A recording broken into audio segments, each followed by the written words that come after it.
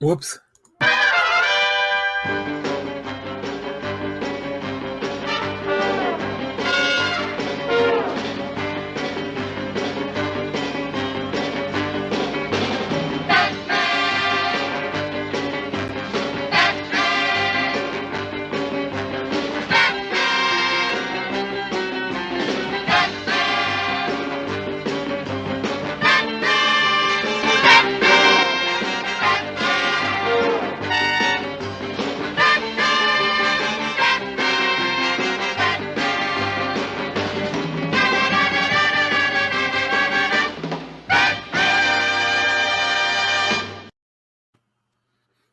Hey everyone, professionals at work. Hey now, how's it going, man? Good. How are you? I'm all right. I'm all right. I'm getting by today. It's Uh, it's bad week. Batman. Isn't that always every day for you though? Oh yeah, pretty much. Bad year. Um, so we're doing things a little bit different today. It's only Clay and I, and we're gonna be ranking using one of those like tier ranking systems to, I guess, put in tiers like a lot of our some of the better known, or at least some of the things that we think are better known Batman stories in the comics. As you guys know, the Batman movie's out, and hopefully, I think today's the day. I think that I get to watch Yeah. it. We'll see. So Uh, you haven't seen it yet? I haven't seen it. I'm I have surprised. voided. I have voided. I know it's been like work was super busy this week, and I'm like, oh, Jesus, I couldn't take the time to go on Friday, and then yesterday was a whole thing.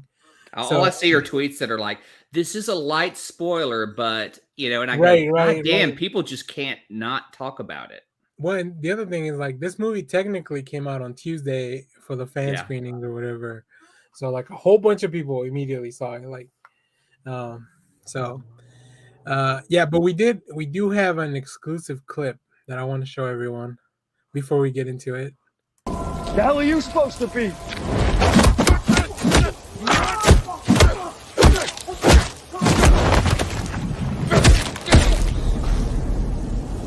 I'm vengeance.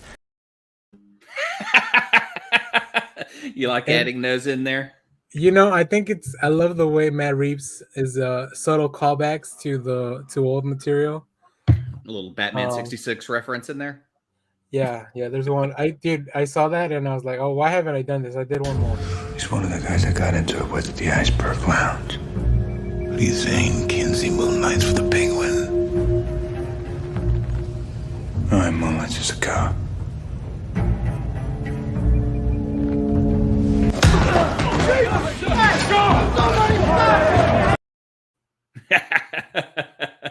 So good. Just I break wish I up had that tension with some with I some wish I could get the captions. sound effect behind like in the intro. Oh, you could. I'll track those down. But We'll re-edit the entire Batman movie and make it Batman 66. dude, that'd be so cool.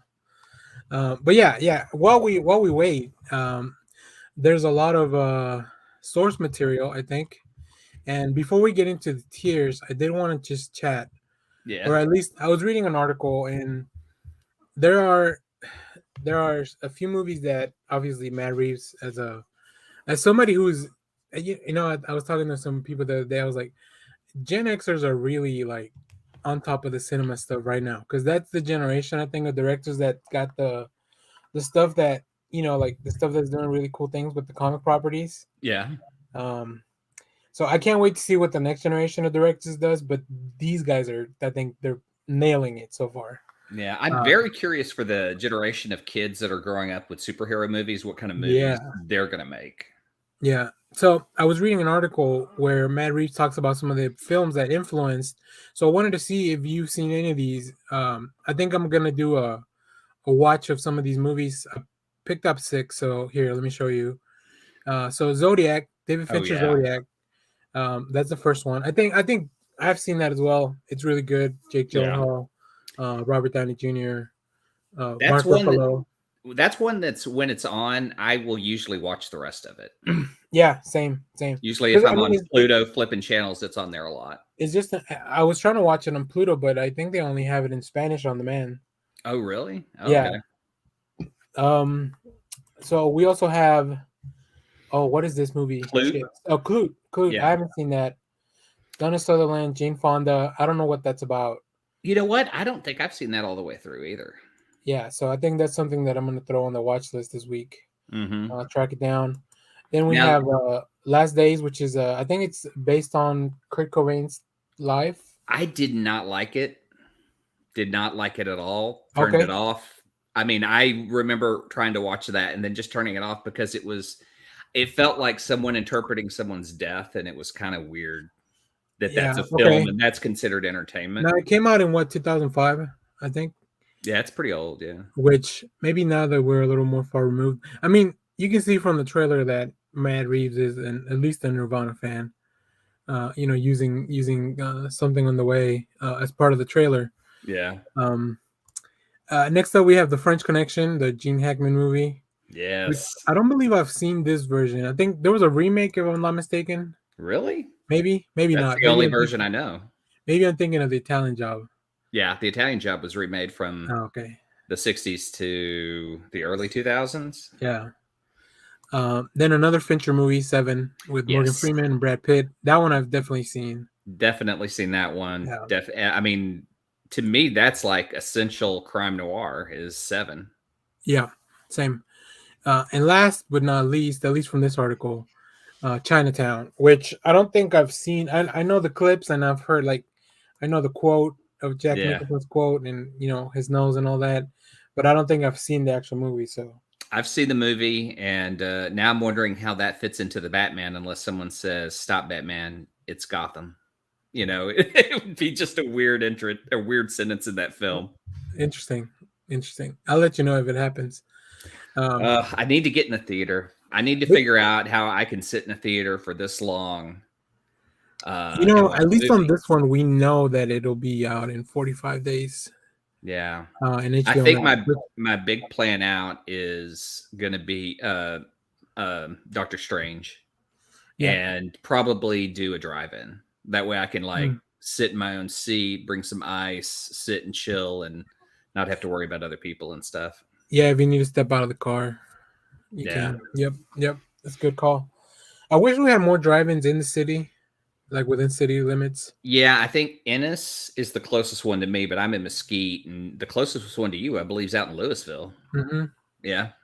I haven't been to the one in Louisville, but I know people that have gone to it and they love it. Yep. All right. So we're going to flip things around. Usually we start with our previously on next issue. But I want to do the tiers thing first because I don't know. My buddy Terry.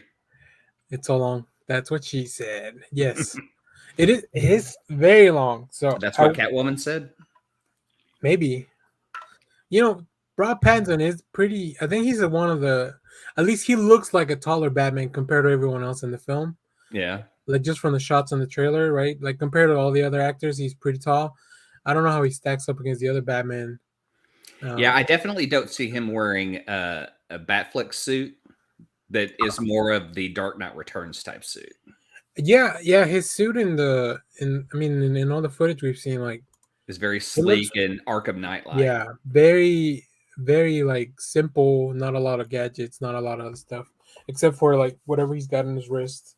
Yeah, if you look back to the original suit, Michael Keaton talks about how the cowl sits on his head, that he has to turn his whole body to turn his head. And now the suit's got like every joint in it, and people are making homemade suits. Well, and they even kind of address that in The Dark Knight, right? When Morgan Freeman tells Batman, like, hey, you'd like to turn your head. Like when he gives him an upgraded suit and he breaks it up into more a tactical one. But yeah, instead of doing the previously on and at the beginning of the show, we're gonna save it for later. Let's get right into the ranking. So this was Clay's idea. I pulled all my Batman books, Batman Family, Batman Adjacent, and then we just threw in everything else to try to talk about like what we own, what we like, and if we can both agree on a title being a perfect Batman book, that'll be one of our essential Batman books. Mm-hmm. And I don't know if there is an essential Batman book. We'll see.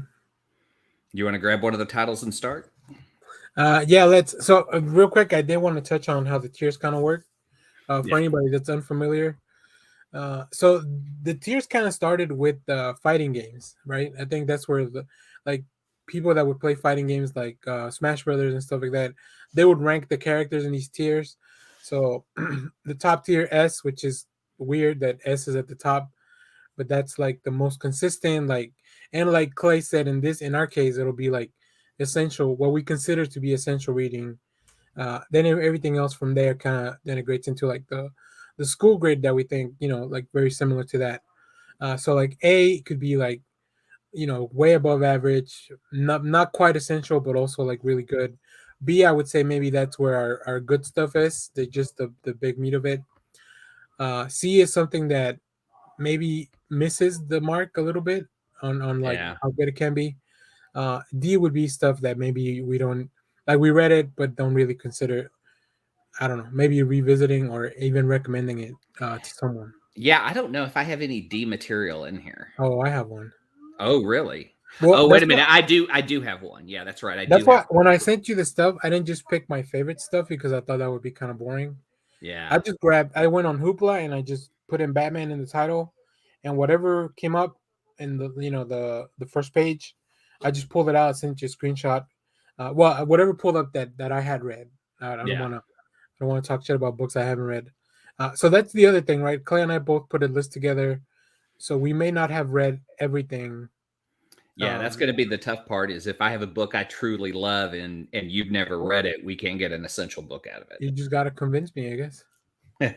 All So right, what book do you yeah, want to start with? let's get started. And we'll share this after in the somehow probably Twitter or something. So let's start with, is this That's Catwoman? Catwoman, celebration of 75 years. I've got a copy of Okay. it right here.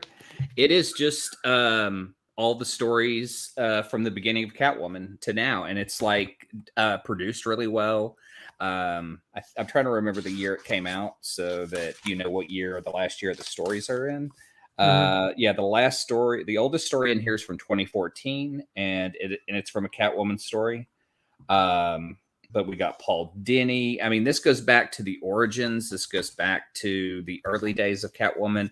And even when you open the book, you get art of the Catwoman. Let me embiggen you here.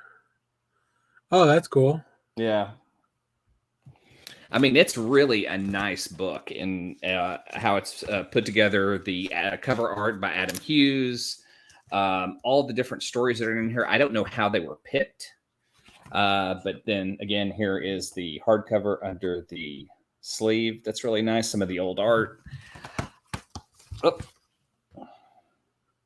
that's cool. Yeah. Classic Catwoman. Yeah, Terry, if you got questions, drop them in the chat. We'll talk as they. Yeah, we'll pull them up. But it's produced on nice material. The reprints are nice and clean. You've got some Jim Ballant art, but it is just a collection of random stories.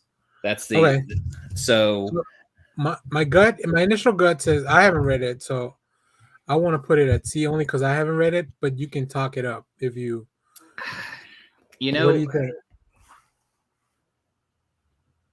It's just random stories. I don't know if they're essential. I don't know. Catwoman's just not one of my characters, so it's tough to judge this one. Because this is a Shelby book. So Shelby should be the one pitching this book. Yeah, she's getting ready to go to work. As far as Catwoman, I think I would lean towards the Ed Brubaker stuff. This is a nice sample. If you want to get a history of Catwoman and you want to get some of the stuff that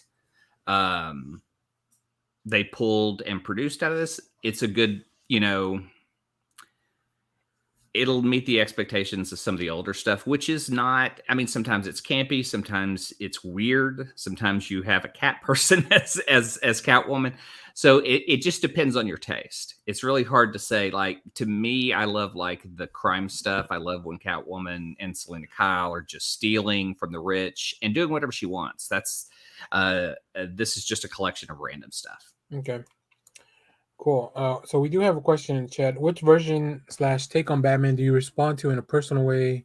Which do you connect with the most? That's interesting.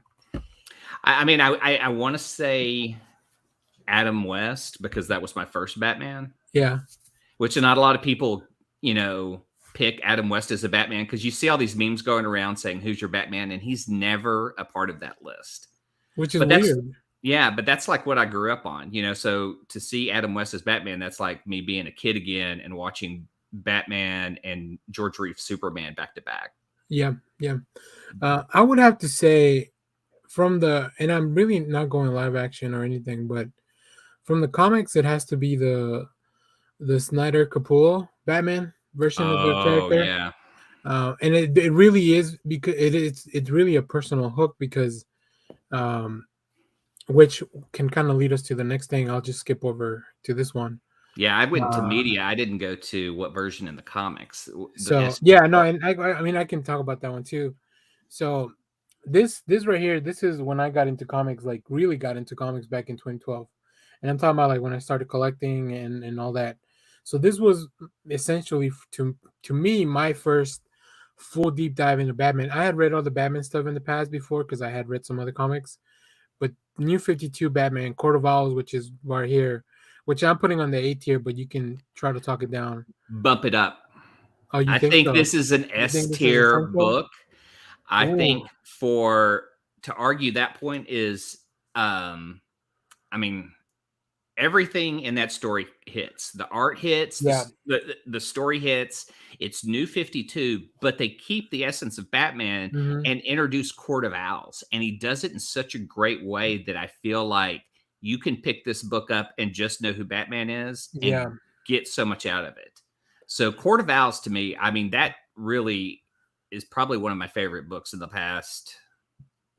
Yeah, and I'll just say 10 years, yeah. Reason I didn't put it in S tier immediately was because I went back and reread it, and in the book, that run got so much better as time went by. Like this was this first trade is from like when Capullo and Snyder were still just kind of like getting to know each other and understanding how to work with each other, and it does some really cool things. I just think there's stuff maybe farther ahead in the run. Although it does do some really essential retconning of Gotham as a whole. Yeah. So I mean, yeah, I'm not gonna fight you on it. I'm not gonna fight you. It's weird because it's a New 52 book, but it doesn't take the New 52 stance like every other book and redesign everything and redo everything. That's the character. That character just works. All they did was add great history, great villains, and something Batman's never fought before. Yeah, and on the other thing, when it says about the, I mean, if you want to talk about non-comics Batman, I would just say the animated version from the series and the Justice League animated show. That one's the one I mean, I spent, I don't know, the better part of a decade with that character. Yeah. As he evolved too. So that would be the one I connect with the most. I oddly connect with the Lego Batman. Okay. Just because to know Lego Batman, you have to know so much history of Batman. So I feel like I kind of go in it pretty well armed, and so it's funnier and it pays off, All right, here we have another question, and maybe it'll lead us into another one of these books. Is there a version that is widely loved that you just don't respond to? Let's see. Batfleck. Because he doesn't really have a film to stand on his own, but everyone, I know you love Ben Affleck, but I mean, he didn't really get anything to do, Batman v Superman is a turd, and he just, like he shows up, he gets a great scene in Suicide Squad. He gets great moments, but he never did anything. And I kind of wish he had, and people hype him up too much. I feel like, I get what you're saying, but I think if you put in all the time he spent, because Justice League is the Zack Snyder version is so long, he was probably on screen almost as much as Michael Keaton Batman. If you just add up the runtime, yeah, I mean, he was definitely more on screen than George Clooney or Val Kilmer, although those aren't like, I know people like those movies. I like those movies too, as bad as they are. I like Austin's comment. Yeah, Clay just hating on everything. No, I don't hate on everything. I mean everything he loves. Everything he loves, and everything I love. There are other, Batman, that you can enjoy where they have a full movie and it's not spread out over a series they didn't take. We don't talk about Batman. Man. Yeah, it's always personal attacks when Austin logs in. But yeah, now as far as these comics, is there any comic that you think? I would say the Killing Joke. Let's do that one because I think that Killing Joke is going to be very debatable because I did reread the Killing Joke. Mm-hmm. I mean, the story clicks except for the fact that Barbara Gordon is kind of brought in just to be shot. Yeah. And abused, and is it really used in any other way other than as a victim and as a prop to drive her father insane? Yeah, I think, and I'm gonna start with it at B, which is kind of the middle, and we'll move it around if we need to. I mean, other than that point, the art is solid. Brian Boland, you just don't get better than. Yeah, I think once. And the thing is, this book was originally not canon by DC, right? Right. And then everyone loved it. But the impact of it is so much.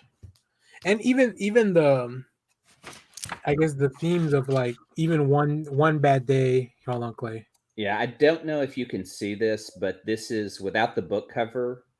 Oh, you cannot. Oh yeah, no. It is a little etching. Like there's something etched in there. Yeah, essentially, it is the last panel where Batman is choking the Joker, but it's just etched in and is an outline, so it's just him choking the Joker and laughing. Yep, there we go. Yeah, so I think it's hard to put this one down because of the story, but. Yeah. I mean, they do. It's weird because they take Batgirl, they turn her into just being there to be victimized, and then she becomes Oracle. I don't know. It's tough because it gave us Oracle. I think it's a really beloved character. Oracle, I feel like, is a very important character now, and very inspirational to people who are handicapped and can't see themselves as superheroes. Oracle stepped up and became one, even though she couldn't do the same thing she did as Batgirl before. And I feel like, we almost should take a look at some of those stories. I don't know Barbara Gordon as well as I know Cassandra Cain. Mm-hmm. Yeah, I would say, so the only thing is the last few pages, this book is only like 80 pages long. Yeah, it's just a prestige format. The hardback that I got actually has extra stuff and an extra Brian Boland story in the back. Yeah, I think I have the same one. I think I picked it up at Half Price Books once because I don't remember who asked me to borrow it, and I was like, I don't have one. I don't have one that I can let you borrow, but I'll find one. So the only reason I would maybe move it up a tier is that conversation at the end of the book. Yeah, I would give it an A, but it definitely it's hard, to put her up there. And then I don't know, it's just weird how Batgirl's treated in there. And then even when they did the animated version, they did a weird version. That I would put in the D pile. Yeah, that's a D pile. I'd never watch animated Batman Killing Joke. That is a I don't recommend that movie to anyone. Yeah. I'm going to skip over this one because I think we'll have a big discussion on The Dark Knight Returns. Yeah, Dark Knight Returns is going to be interesting. So let me see if there's something I can pull. So who's Batman to you, the real Batman who has created the best Batman? Oh, man. That's an interesting question. You know what? For that one, let's bring in year one. Since year we do, one. Okay. So we can talk about Frank Miller. Frank Miller, David Mazzucchelli. I think, I don't know, other than The Dark Knight, I can't think of another book that has influenced Batman media so much as this. And then unlike The Dark Knight, this is considered, like, this was the relaunch of the Batman series after, the events of, what was it? Crisis, 0 Hour, one of those reboots. Yeah, some retcon. Then you throw in Mazzucchelli, who is just a master at work. Yeah. And this book's still, still being referenced, even with the newest the Batman movie. This is another one of the things that influenced that book. The that pacing movie. in that book is amazing. Like the speed. I mean, I don't think I've seen a book that is paced as well until Hawkeye. Fractions Hawkeye, the way it reads, because there's so much action in it, and the way it's drawn just plays out really well. And it really dives into understanding why a young Batman, it's different than the really cool, aged Batman that we know and love, right? Yeah, and I'm trying to think why I wouldn't make it an S. I just don't think it's first time reader material, even though it is year one Batman. I feel like you get more out of it going into it with a bit of history. Okay, yeah, that's fair. That's fair. Yeah, I think A is probably a good spot for it. I could be talked into S, but I understand what you're saying. I think that's a good thing. So, to go back to Terry's original question, I think who has created the best Batman? I know Frank Miller went off the rails maybe in some of the later things that he's done with Batman, but yeah, I'm the goddamn Batman. Yeah. I mean, visually, I really dig Neil Adams' look. Yeah. He kind of took it from camp to action, and it paid off. On screen, I might have to say Christian Bale. Okay. Yeah. I mean, the dude does Bruce Wayne well. He does Batman. He's constantly training. His relationship with Alfred is so solid. Even at the end when Alfred sees him, like, yeah. I need to go back and rewatch it. I was talking with Terry last night about, because he was rewatching Batman Begins, and I go, that's not one I revisit a lot, but I will watch like the second one. That's one of those movies that I feel like got better after as it went along. Like after the sequels came out. Oh yeah. Like I go back and revisit Batman Begins a little more, and I'm like, oh, that's cool. Now you mentioned Neil Adams, so I kind of threw him in the B. I think that B is a good starting point for a lot of these, and we can work up and down. Now I can show you one of my favorite collectibles, though. Sure. Hold on. What? Ooh, let me see how thick that is. Oh my god, that'll kill someone. No like shit. Look at that. It's like a phone book. Oh yeah. Let me see here. But the autograph and the drawing inside. Jesus Christ, get my hand around it. Oh, that's cool. That's so cool. And yes, I have never finished this omnibus. But when you take the cover off, classic Batman, Neil Adams' first cover. I mean, oh, very cool. Yeah. I mean, just like if you ever see that comic around, or any homages to it. Yeah. Just pick it up. Yeah, that is a classic cover. Yeah, I think so. I haven't read as much Neil Adams, and a lot of it is with Denny O'Neil, right? Yeah. Now the early stuff was, but this stuff is his later stuff that he did. So this is a completely different run. I have not finished it. I will say I've not heard a lot of great things about it. That his earlier stuff is way better because Denny O'Neil was writing it. Yeah, like I read Odyssey, which is like a 12-issue thing, Batman Odyssey. Yeah, and I think that's part of it. Yeah, I think it should be. I think the art is fantastic. It's just the stories are not. I don't know. Neil Adams likes to have Batman do really fantastical things, and like in the cover, he's riding like a pterodactyl and stuff. So I'm like, which can be fun, but I don't know. I just that book I read it because it's one that I also got to when I first met Neil Adams one time. I got a sign, and I bought that book. So I would leave this in the B category. Yeah, because I can't argue it for being higher, but it's a Neil Adams thing that I would say probably his classic stuff is better, and I would focus on that stuff, his early 70s. All right. Let's do one here. Let me just get this out of the way because Which one? I'm gonna put three Jokers on the D pile. Okay, yes. Let's talk I about three Jokers. I just I was so hyped for this book, and it's beautiful. Jason for box art is fantastic, Yeah. but No argument with the art. I don't know what happened with the story that we were being promised from years ago to the story that we got when this book finally came out. Yeah. I just really don't like recommending this to anyone unless you like are a big fan of the artist or even Jeff Johns as the writer. Which if that's the The same, story doesn't work though. yeah.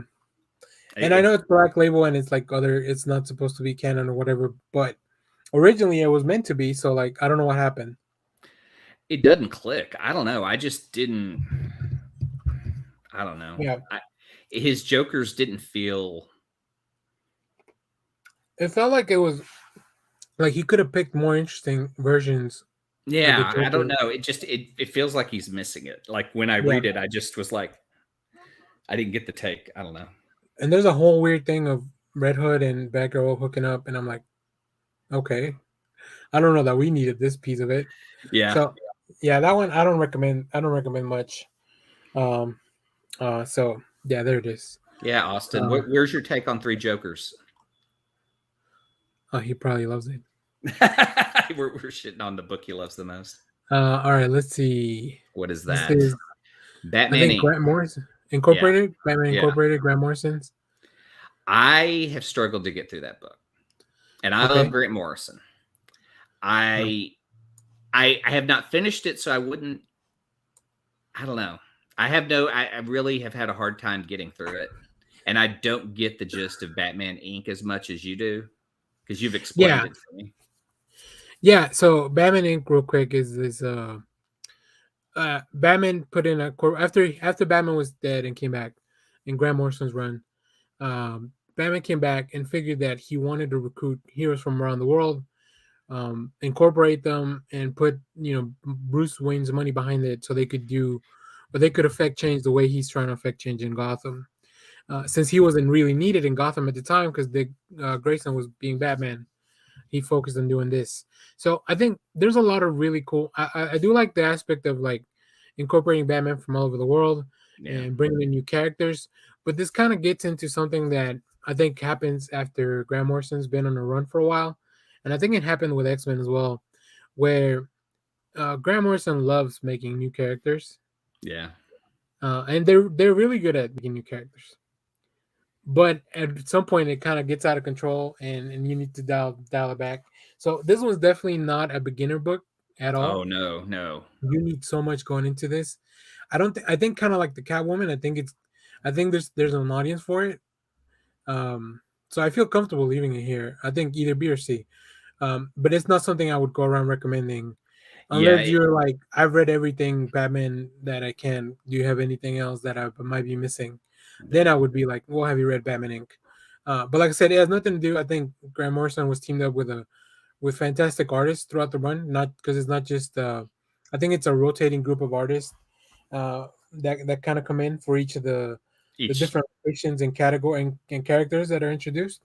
So that part I like. But yeah, I would say that's where I kind of stand with that one. Okay. What next? Let's see. So I haven't read this one. So where do we want to put Black and White? Black and White is just a series of standalone stories, though. I mean, it's in the same vein as Catwoman. Yeah. But you do have a lot of great teams on there. It's weird because you can put it. You can argue that, well, if you don't like the story, you'll get the next one might be better, and you could say the same thing about Catwoman. Yeah, I feel like the Black and White book picked good teams to be on that book. yeah. So I would say maybe it's a B in the sense that it's a good book you could pick up and get random stuff in it. Okay. Yeah, because I think I want at the end of this, I want if we send this list to someone and they read that stuff in this order, like they go through the tiers. Yeah. I want them to be like, oh yeah, this was, like this was a lot easier to get into because it's, like easier to, just more accessible. It's a good story. This will be a little more hit or miss, and as we get down it or whatever. So yeah, I think Beat's fine. I think anthology books are also hit or miss with people because some people just want like a big story. Yeah. Um, Yeah, I mean oh, that's the thing is like I went back and reread a lot of these, and so sometimes you would just get into big deep stories, and sometimes it's mhm. like nice to just read like a 2 or 3 issue arc, and that's it. Yep. We'll get to one of these that I read that had just some small stories, and 2 small stories in it, and I loved it. So let's address this question and talk about the next book, which will be inspired by that. Does Batman have a Lois Lane? Um, I would say I would say Catwoman. Oh I would yeah, say yeah. Catwoman. I would say yeah, and I definitely would put that Brubaker. Oh shit, who's the artist Darwin on Kirk. that? Darwin Kirk. On that. But Yeah, I think. Catwoman is like the opposite of Lois Lane. But then if you go read the Tom King interaction, what's the Tom Yes. King date book? Yeah. Batman and Catwoman go out on a date with Clark and Lois, and Selena and Lois, their exchanges are probably the best part of that book. Mm-hmm. And don't they even like go in and try on Well, they have to, costumes? they switch costumes because they go to like this theme park that is superhero themed, so people can wear costumes and they don't have other outfits, so they just switch. Yeah. It's pretty fun. I mean, it's a good one. And yeah, look, I think DC's been working on. I know that Batman has a long history of different romantic partners. Vicky Vale. Vicky Vale, Talia al Ghul. That one gets a little weird. Yeah, that Uh, one's really weird. Wonder Woman. I think a lot of people. I think that one's a lot from the animated series Yeah. because obviously you can't have Catwoman be part of the team because she's a villain. So Wonder Woman was kind of like she was also part of the team, and they worked that into the comic books. I don't know where it started first, but I know a lot of the people that love I would call it shipping Batman and Catwoman and Wonder Woman. The Wonder Bat fans come from this animated series. Okay. But to me, just from all the stuff I read, even the movies and stuff, and it's kind of like a self-fulfilling thing, right? Like we think Catwoman's the one, so maybe she's the one we should use for the movies. Which we'll see what happens here on this newest movie. But yeah, I would say Catwoman is the closest thing to a Lois Lane comparison. Yeah, I'm trying to remember in any of the past runs if he had any relationships with anyone that were bigger than Catwoman. I think somebody, what's her name? Silver St. Clair. Oh, fuck yeah, I forgot about Kevin Smith. Didn't he write Yeah, her and him in that? Okay. yeah, and I think that was a good relationship, but I think she's a better partner to just Bruce Wayne And not Batman. and not Batman. Whereas Catwoman, I think, is both. It's a good partner for both sides of it because also she has the same, like especially once they expanded her mythology of like being related to the mob and all that stuff, kind of when they brought that in. Now as far as this book, Catwoman, I mean Darwin Cook, I'm gonna have a hard time putting anything Darwin Cook under the B at all. Right. And then you Right. put on Brubaker. Like yeah, that's pretty. The only reason I don't put this in essential reading is because I guess it's not a Batman book technically. Yeah, but this is the only reason I don't put it in there.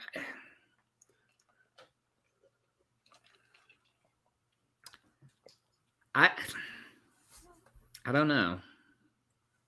I like it in A. I think I don't know that I would call this an essential reading for Batman. Is year one? Year one has a pretty good take on Catwoman, and it's pretty much isn't it kind of what's used in the film a bit? Yeah, that's what it looks like. So Yeah. I would say so. But I think if we ever wanted to adapt Catwoman stuff to the screen, even if you want to continue with Zoe Kravitz, I would think this is one of the two books I would probably get for that. So Hey, can you drive for a minute? I got to step away. yeah, sure. All right. All right. While Clay gets back, I do have another thing I want to show you guys. We from that same article in Variety. Matt Reeves talked about some of the comic books that influenced the Matt Reeves Batman movie. So let's talk a little bit about some of those. So we have starting here, Batman Ego and Other Tales. That is a Darwin cookbook. We haven't really put that in the chart. Maybe we'll go. We'll start with that next. But this book is just really cool noir. Darwin Cook's art is fantastic, so I highly recommend that. If you're making a read list of things to read for the Batman movie, I would say this is perfect. Next up, we have Batman Shaman. That's not something I've read, but it's Danny O'Neill, so I know and like Danny O'Neill is one of the people that came in the '80s and just kind of revitalized the Batman and turned the franchise around even before Frank Miller, maybe late '70s, early '80s. So I would definitely say, yeah, I would definitely say that you need to check that out. So I'll probably be checking that out soon. Next up, we have Batman. Well, I'll just do both, but Batman Year One, Frank Miller, David Mazzucchelli, fantastic stuff.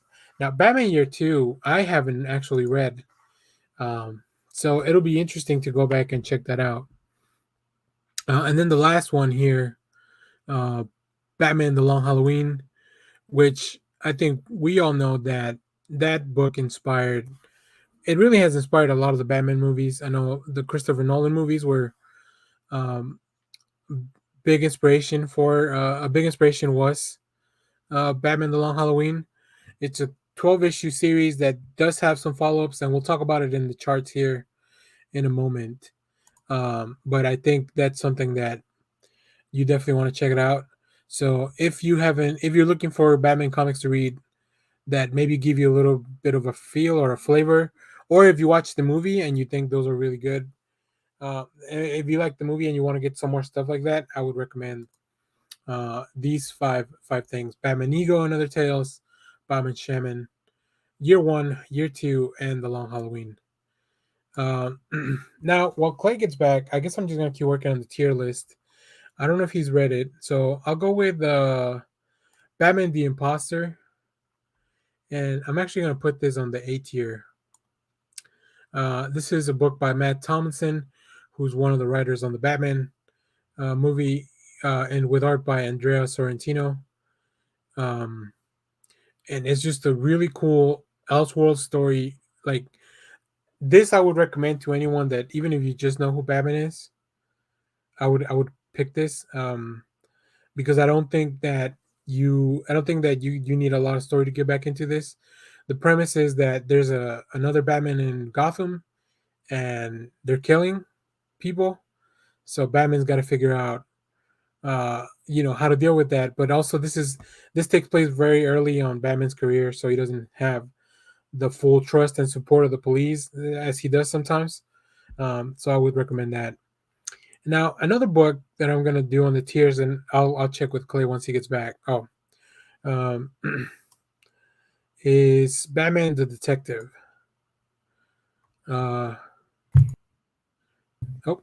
And I'm Clay. back. So I just real quick, let me recap while you were away. All right. In the same article from Variety from the movies I talked about earlier, these are some of the comics that Matt Reeves talked about being an influence on the movie. So I went over that. Yeah, and a few of these we haven't put on the tiers. So we'll talk more about that. Have you read Shaman? No, I haven't. It's a Danny O'Neill book. I'm intrigued because I haven't read it, so I want to check that out. Yeah, I've seen the cover. And then I picked two books that I sent you that I don't know, maybe you haven't read. They're pretty recent books for Batman. Oh, which ones? The first one is Batman the Imposter. Oh yeah, I have not read that one. Black Label, pretty like I put it on A tier because I think it's really good, really accessible. You don't need a lot of knowledge, and the story it's kind of it's just a really cool story about Batman being a detective. Now on the other side, I put Batman the Detective. This is one of the Tom Taylor books that didn't fully connect with me. Like Really? as much as I love his stuff, and it's an entertaining book, and the Kubert's on art, so like Oh it has yeah. a lot going Good. for it. But this one's kind of in the same vein. It does deal with some Batman characters, which is funny that it ended up in the same tier. Um, so yeah, I figured I don't know if you read either one of those, but since I sent you these without you knowing what they were, I figured maybe you hadn't. So Yeah.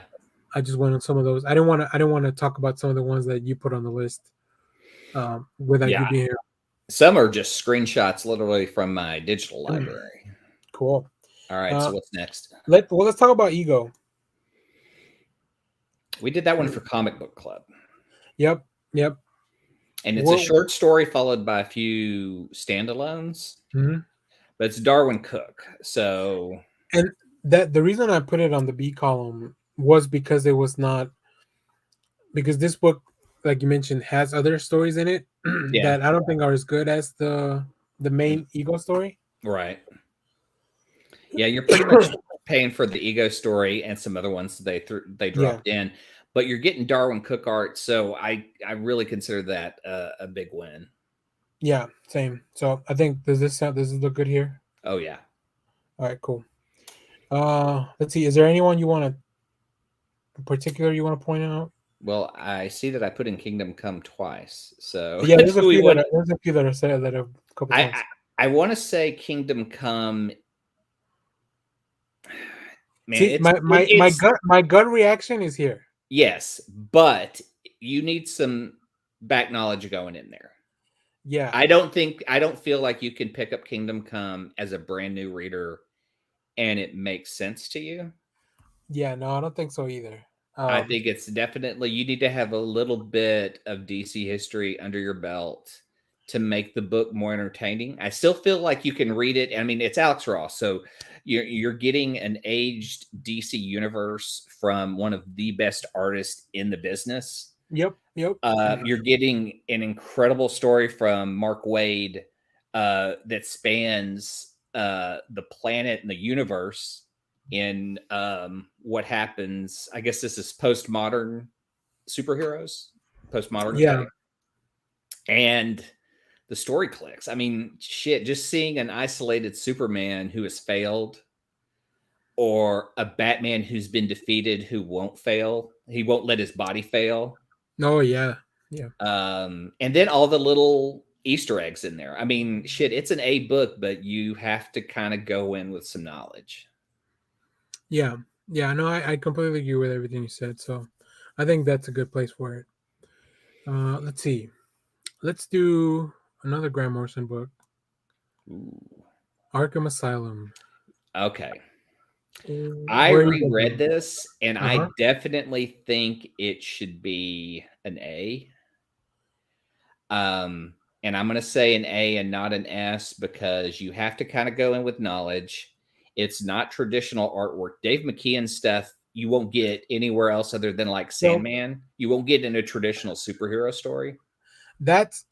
As much as I personally love the art, I think the non-traditional approach to this book is what I would put it as I would put this at a B because of that, because it's not as approachable as some of the other books on the A tier.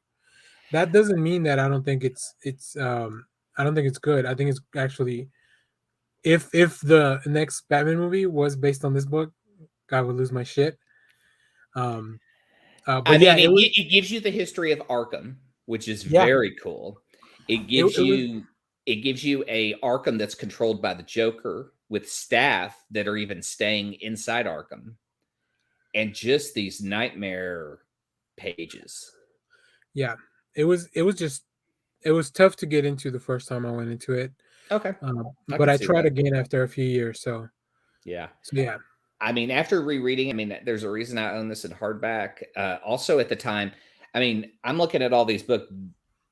Arkham Asylum is a pretty old book, and it's withstand the test of time, and still. I didn't realize how old it was until when I went in to read it. I'm like, when did this come out? because I wanted to look at the original covers and all that stuff. Yeah, and we So talk about, the look of the Joker from all different kinds of artists, but man, that no one really points out Dave McKean's take on it and how disturbing it is in this book. yep. He even draws the scare. There's a page where it's just the scarecrow and it's just straw. It's kind of in the darkness and you can kind of just see the straw outline. And it's so goddamn good. It reminds me of Long Halloween's take. Okay. Well, look, we don't have a lot of books on the S tier, and I guess I'm looking at everything we have, and there's only a few candidates that I would think. So let's talk about one of those. And is which I don't know which Long Halloween cover you want to use. Oh, it doesn't matter. I didn't realize I put them Well, in because here. I really like the one with the pumpkin. Okay. Oh, wait a minute. That one's a different story. That's a different story. Oh, okay. I thought. Yeah. Oh, yeah. It's a cat. It's a cat. Okay, let's do. Yeah. So the Long Halloween should be two different ones in there. Okay. Yeah, there's two different ones. Yeah.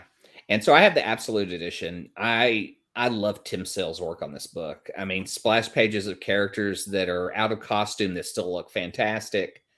I don't want to get into Jeff Loeb and why he doesn't work in comics anymore. I mean, Or he doesn't, does he? period. I mean, this guy was on top of the heap and then just kind of shit all over the stuff he did. So we're just going to talk about the book as a whole and not Jeff Loeb as a creator. Yeah, I think so. I put this on the S tier without permission, I guess. But you tell me. And the reason I put it there is because first of all, the great cultural impact that this book has had. Also, personally, when I first read this book, and it took me a few times to try to read the book because Tim Sale's art, it's a little bit different, but yeah, you have to find the right panel, and then it clicks in your head. And yep. I found it within the first few pages, and then once I started reading, I couldn't stop. I read this whole when I first read the Long Halloween, I read that book in one sitting, all 12 issues. Yeah. See, I'm tempted to move it to A and move Catwoman's When in Rome to S. I feel like that, and I say it outshines it a little bit, but just because I love the character connections in that book more than the Long Halloween. The Long Halloween plays out so big that you don't get cool moments that When in Rome does. The Long Halloween gives you like a full detective story in this whole ride. Over a year, yeah. And it goes throughout everything. Like it goes through every aspect of Gotham. You bring in all these villains. You don't just get to see Batman and you like even Calendar Man, like bringing him up and the relationship with the cops. There's an absolutely brutal panel of like Batman dropping in on a car and just stopping it flat. Yeah. And I mean, like I said, I think almost every Batman live action piece of media has referenced this book in some kind of way. Oh, definitely. Shit, it was even awesome to see the Calendar Man show up in Suicide Squad. Mm-hmm. So I'd be really hard pressed I would need a lot of convincing to move this out of the S tier. The only convincing to move it out of the S tier is Jeff Loeb. And that's kind of shitty because then that hurts like everyone else that worked on the book. Right. And it is referenced in so many other parts of the films. It is one of the iconic Batman stories. I'll put it in S. I just, going into Jeff Loeb's kind of a piece of shit. Yeah, this one I definitely fully acknowledge that separation of art from the artist. So yeah, but if we're gonna rank a book, I'm still gonna call them out. Yeah, for sure. You need to. I think it's important that when you recommend the book, you let the people you're recommending it to like, hey, there's a little bit more behind this, so you can make an informed choice. Yeah. With that, we have another question here. So most agree that Batman is Joker's greatest villain. Which other villain is your favorite, and what characteristic does that villain bring out in Batman? And Terry says that my favorite is the Riddler because he really highlights Batman detective skills. No, then you must be really excited for this new movie, Terry. Oh yeah, he saw it yesterday. Oh, okay, cool. Yeah. Oh shit, Um, I don't know. There's part of me because like I reread Trinity and I really enjoyed Raja Ghul because he's going to blow up Texas. oh, great. Yeah, he specifically calls out Texas and that he's going to blow it up. I love it. So, would Uh, you want to start here with yeah, Trinity? let's start at B. Okay. Okay. Um, I haven't read it, so that one's really all on you. okay, so it is like many other Trinity stories, the first team up of Superman, Wonder Woman, and Batman. Matt Wagner does a great job on it. If you loved Grendel, he's done Grendel and Batman. I'm trying to think of other Matt Wagner stuff, but he does great expressions, great faces. And in writing the story, I felt like the story wasn't as strong as some of the other Trinity stories. I would definitely, I mean, the art is an A, but the story's a B. Hmm. I Okay. don't, I would say let's leave it at B. I don't know if there's a better Trinity story. I know there's a lot of them. But this is like one of the first times they team up and I kind of dig it. It's interesting seeing, like you were talking about Bruce and Wonder Woman's relationship earlier. In this one, Yeah, they're just completely at odds the entire time. So it's not I as would think fun. so. I would think they have very different approaches to and just views of the world. Yeah, yeah. It's weird because she takes a very non-warrior stance, and he's very much like, we're gonna beat the shit out of this guy until he confesses, Yeah, kind of thing. especially if it's their first time meeting. I think after working together for a while, I'm sure that would change. But yeah, It pivots Superman into the middle, which is interesting because he's kind of defending Bruce and but he's also like defending Wonder Woman's take. So, having those three try to compromise on how they do business is interesting. yeah, And but I just don't feel like I felt like the art dominated that book more than the the dialogue. story. Yeah, the story. Now, to answer Terry's question, I'm gonna use that as a segue for this. So, one of my favorite villains is Ra's al Ghul, because he doesn't want to destroy the Batman. If anything, he wants to recruit him. Yeah, he wants him to help Um, rebuild. right? He wants and that leads to some kind of weirdness at some points. But overall, I think they're just very good at odds with each other. And then out of their relationship and involving Talia and stuff comes out Damian Wayne, who's now Robin, which is what this book is about, Batman and Robin. Oh, actually, no, this is the No, one no, with Dick Batman and Grayson. Robin is I was Dick thinking Grayson, Batman and and Son, yeah, Batman and Son, which happens right before this. So this is Dick Grayson. Actually, yeah. So I would move that to the B because I really like Dick Grayson as Batman. yeah, it is a good story. The only reason I don't move it to A is because it's not a Frank Quietly book, and I feel like the Grant Morrison Frank Quietly team is always a home run. Yeah, And you get the covers and they're all Frank Quietly, but you open the book and they're not. And I was really bummed by that. There are three yeah. volumes of it, and it is good. I definitely think it's a B book. But you definitely have to know this isn't Bruce Wayne.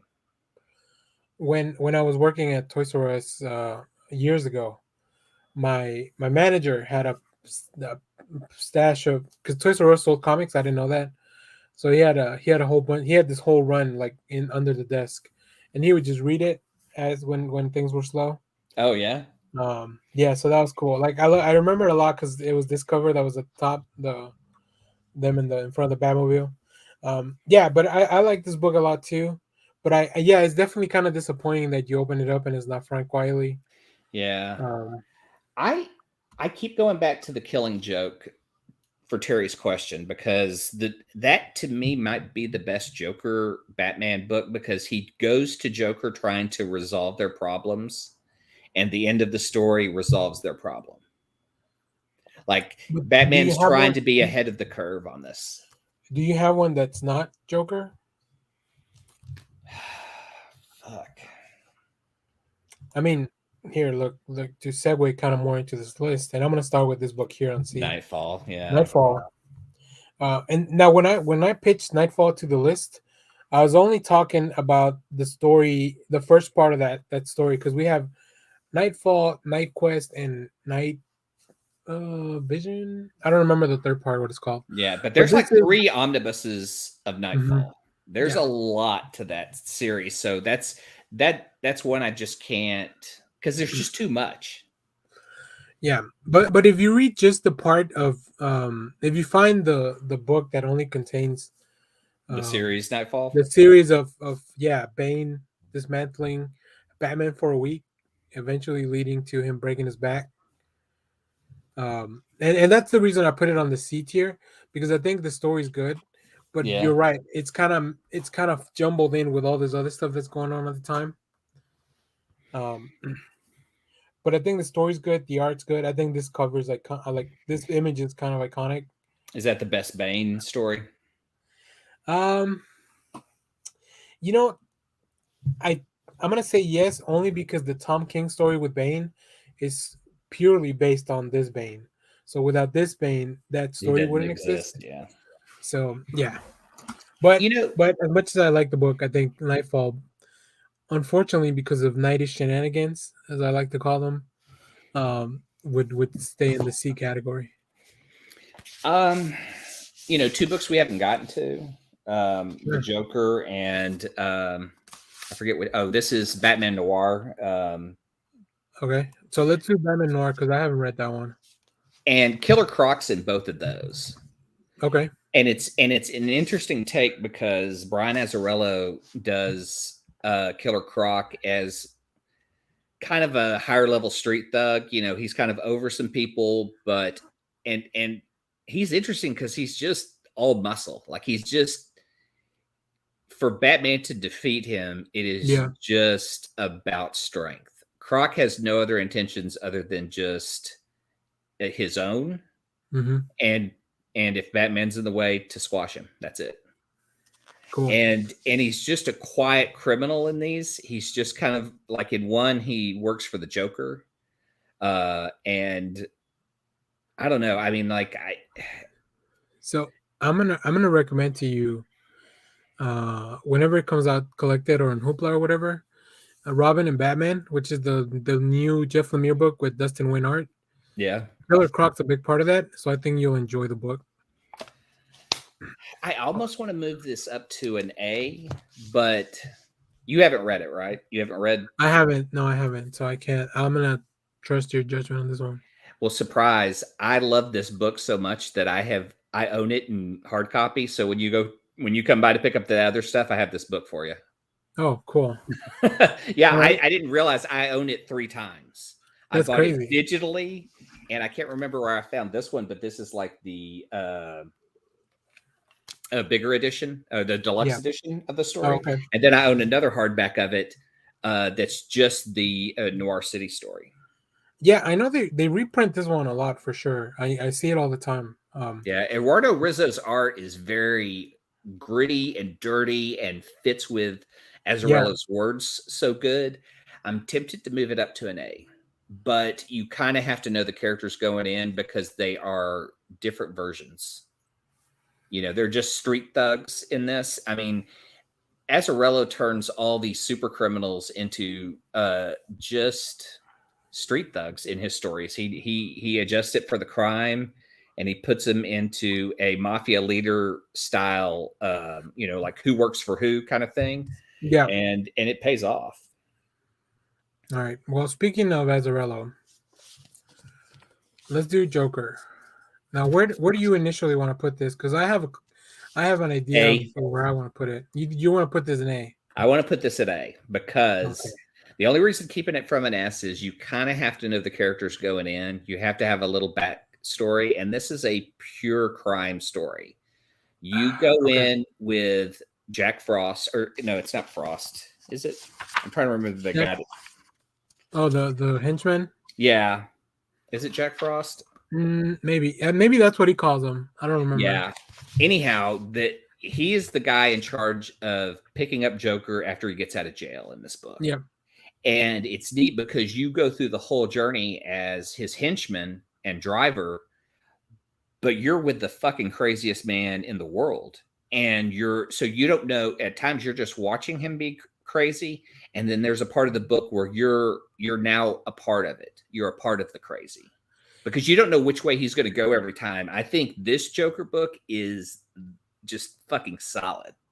So so the only thing that I have, I guess, that my gripe with this book, by the time I got to read this book, I had read so much other good Harley Oh, okay. that when I get to this portrayal of Harley, I'm like, ah, Yeah, dude, this is you kind of missed a the mark. shitty take on Harley because she's Yeah, just a stripper.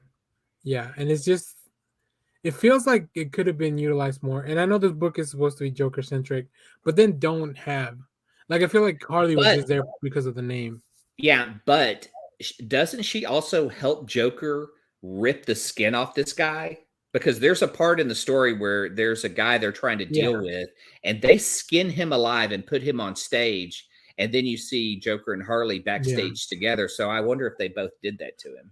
yeah. So I won't fight you on the A, but if you had tried to put it on S, I would have that would have knocked it down. I Yeah, think. I think it helps knowing some of the other characters going in, Mhm. and because you get Joker, Harley, Killer Croc, shit, who else is in here?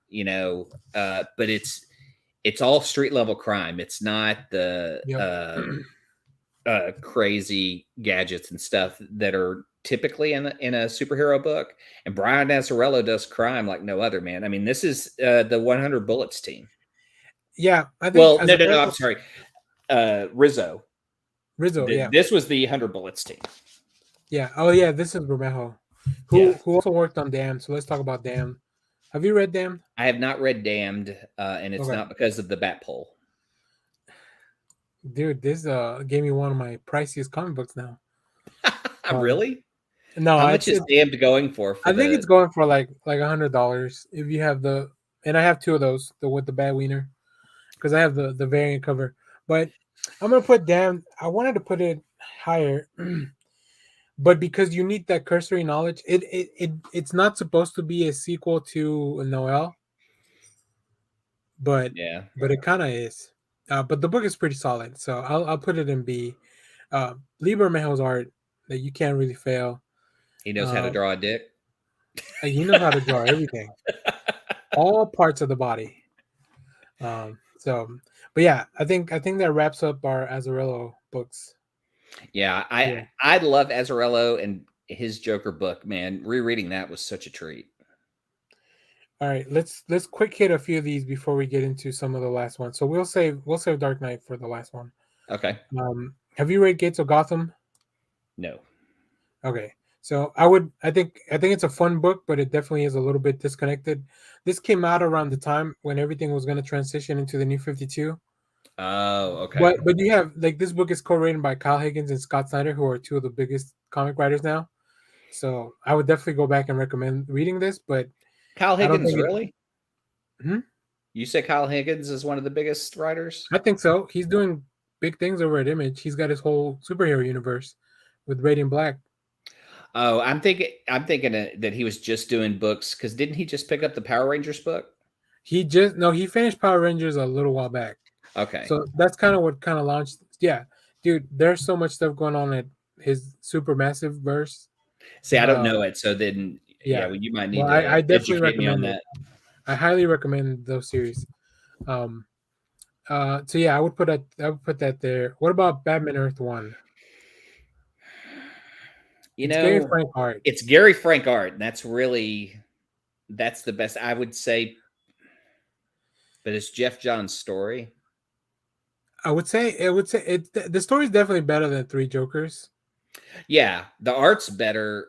I would say the art makes it a B book.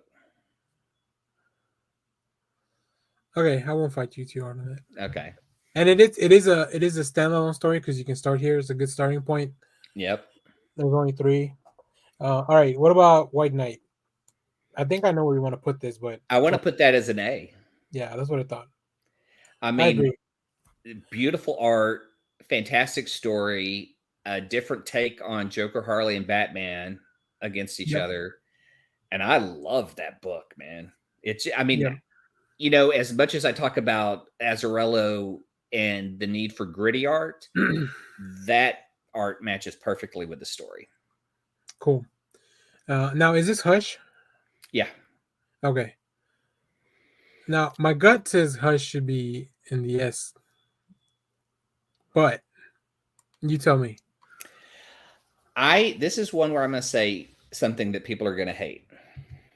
Oh boy, here Jim we go. Jim Lee should not draw Batman. Oh, I disagree with you so hard on that. I know he does great Batman, but his art typically doesn't line up with the story in a Batman book because his art is very clean and his colors are Oh, bright. I just I'm Hush gonna no. I'm Hush gonna. is a pretty Batman book with a grittier story. I don't think I can let you put Hush lower than an A. Really? I'm gonna use my veto power. I will give that one to you because I own it in an absolute edition, so there I you think go. like just Obviously, I would even buy it. the scene, like there's so many, like it really sold me on when Batman just beats the shit out of the Joker, Yeah. and how I didn't know that was something Jim Lee could do. I know, but all I ever see when someone goes Jim Lee Batman are just poses, like him standing on the gargoyle or him, Yeah, it's just I don't I see I the same look that I get from a Rizzo book.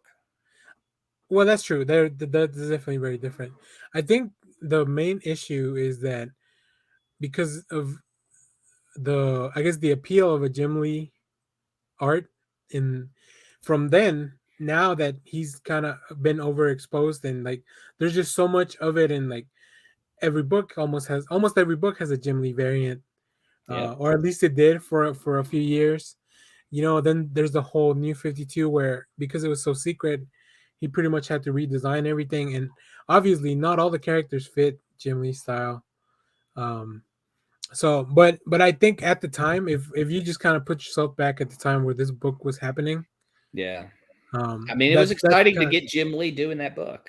yeah, that's kind of the approach that I'm looking at this. Okay. Uh, I let's do definitely will leave it there. Uh, I bought it in an absolute edition. It is a very yeah. pretty book. I don't go back and reread it a lot. Oh, I did see that. No, I do. Okay. I do, and I think the story is really good too. Like once again, separating and separating yourself from a lot of these writers. That's the problem with old books, right? Sometimes Yeah. people are just live their lives in a way that they're like, oh, could have made better choices. Yeah, but But Jeff Loeb was being yeah, shitty while he was making Marvel TV when he was doing Daredevil. I mean, come on. I don't know. yeah. Well, speaking of Dark Victory, Okay. now I read this once, but I don't remember. Like I don't know where I would put it. I would leave it at C. Okay. Shit, though. Bump it up to B for Tim Sale. The Tim The Sale problem art is is that really what you get the book for. yeah, I think the problem with Dark Victory is that it's the sequel to the Long Halloween, so Yeah. the comparisons are gonna be, like you can't help yourself, right? Yeah. All right. I don't know these two. What is this pumpkin book? Oh, that's the another Jeff Loeb Tim Sale book. That's it's just standalone stories of the Long Halloween stuff. And Okay. again, for Tim Sale, I would immediately put it as a B. It's standalone stories that take place in the Halloween universe. So if you Oh, enjoy okay. that, again, jump on board for Tim Sale. Cool. What about this Joker book? Okay, so that is one of the oldest books I have. It is, Hold on. and I believe that is a Bill Sienkiewicz cover. It looks like Sienkiewicz for sure. Yeah. Yeah, and so this is from 1980 something. Cool. And it's printed on old style, like newspaper, like paper. Yeah, it looks old. Yeah, and the stories in there, I mean, but it does give you a lot of great standalone Joker stories, even from the beginning. Whoops, not me.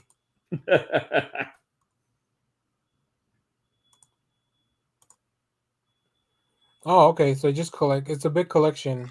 It's very much done in the same vein that the Catwoman one is. Yeah. You've got a lot. So if you don't like one story, you go to the next one. It's got, obviously, there's some Neil Adams Joker. They just pull some of the best stuff.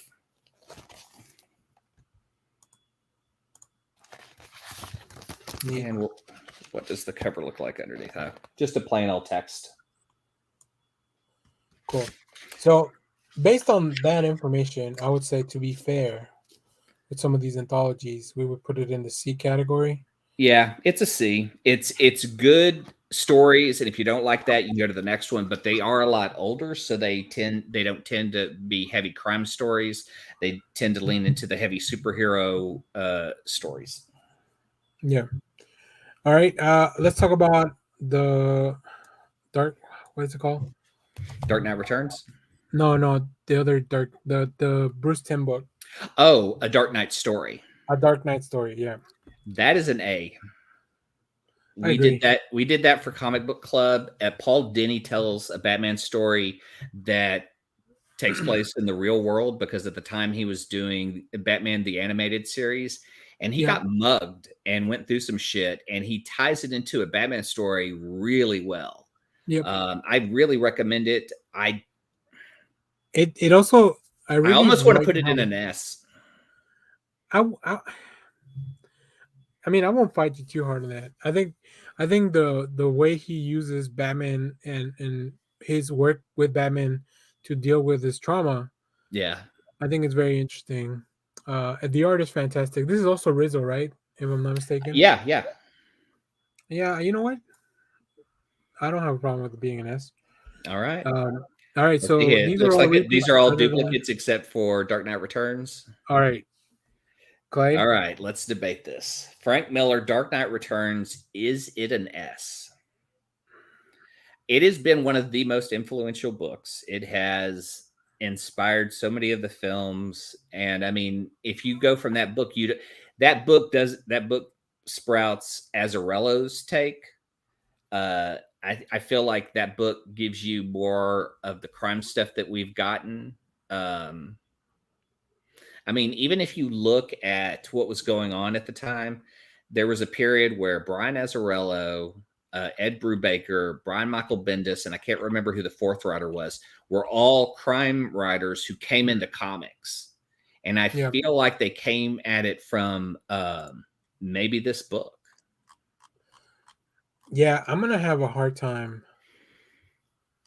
I mean, the only reason I would put it down at an A is just Frank Miller's just the person versus the art. That's the only complaint I have. I need to reread it. It used to be an annual read for me, and I don't know why I stopped, but I think I'm going to keep this one out. It's interesting, too, because the Brian Azzarello book, the one that I'm going to give you, I owned digitally and 2 hard copies. I owned Dark Knight. This was one of the first hardbacks I ever got as a kid. Okay. Yeah, and so it's one of the oldest books. This is a first print of Dark Knight Returns. And fuck, man.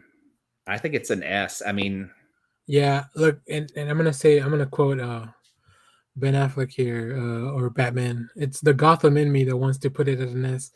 And yeah, I think it's you have to know Batman going in, though. Do you really? I mean, you just have to know who Batman is, I think. That's true. You just need to know Batman and Joker. I think the book gives you everything you need. And I'm not saying that there haven't been other Batman stories that are probably better, more interesting.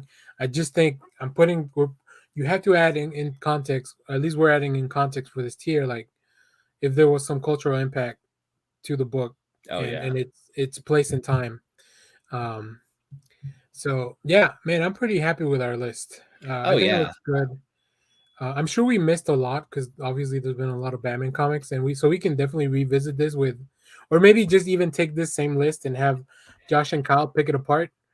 I definitely want to save this and have their take on it. There's one book in here that we're doing for Comic Book Club that is what is it, The Last Night on Earth? Yep. And I don't think we rated that book. Have you read that? Yes. I read The Last Night on Earth. I would definitely put that as a D. Oh, geez. What do you think about Last Night on Earth? I think so. I can see. Yeah, I can see that D would be the place only because it's there's so much required reading for it. Yeah. It's the ending of a run of years in the making. So Yeah, I just didn't feel like the Joker voice was the Joker's voice. I just felt like it was an annoying part of the book. it's definitely a Joker that's been through all the shit. So you like I Yeah. said, in order to get it, you probably have to read all the other stuff to figure out how Joker got there, because it aligns with what Snyder and Capullo had been doing on their other work. Right. But yeah, um, okay. So I need to see. You saving I the need to image? log in. Oh, I just downloaded the image. Okay. Okay, cool. Yeah, so I'll save that. Yeah, I definitely want to Yeah. hear Kyle and Josh's take, Cool. We'll especially save after that. we read the Last Night on Earth, because man, that was not good. I did not enjoy that. Is that for this month? Yeah. Okay, so Thursday. Yeah, I And need to go back that's and the read it. thing when we start talking about previously on, most of the books that I've discovered that I enjoy reading are just takes, like DC versus Vampires. Love the Yeah. shit out of that book. Shit, what was the other one? Avengers Forever. And those are just the things I love, because they're just different takes on the superheroes. Yeah. So cool. Well, there it is. There's our tier list. If you agree, disagree, think we missed something. Like I said, we probably missed a lot of books. Let us know either here in the comments, social media at Next Issue Pod. You know what I And yeah, didn't we have may in there? revisit this. Huh? I thought I added the Harley Quinn Volume 1, the Jimmy Palmiotti, Amanda Connor run. Oh, I didn't see it. I would put that at S tier. Yeah, I thought I uploaded that one because I own that first volume. And dude, that is the Harley Quinn I love. Like, on her own, doing weird, fun, happy shit. And I think she eventually starts hanging out with Poison Ivy. But yeah, I can't believe I thought I uploaded the image for that one. So that's Yeah, I don't. It's not here. So you did. We do have some double images, but not one for that one. So cool. All right. Well, let's move on, like Clay mentioned, to our previously on Next Issue. Yeah. So I guess since you already kind of started on that, Clay, what else? What else? What have you been up to? Avengers Forever is the funnest fucking book. Jason Aaron and Aaron Cooter are doing shit. How do I describe it? In the first book, well, in Jason Aaron's run, the Masters of Evil have found the multiverse Masters of Evil. So the most villainous of those group have come together. Yeah. And they have and so they are working for a guy who, in this one Earth, this multiverse that they've discovered, is how was it?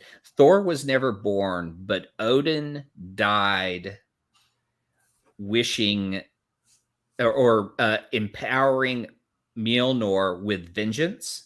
So that who holds the hammer shall bring forth the vengeance of Odin. And Tony Stark is Ant-Man in this universe. Yeah. He's a very casual techie guy who just invents the suit by kind of a freak accident. And the Tony Stark of this universe I love more than Tony Stark of 616. Yeah, he's really cool. I read the first issue, so I definitely know what you're saying. Yeah, and then the Knight Rider from 616 that's gone to this universe with Deathlock is an all rider.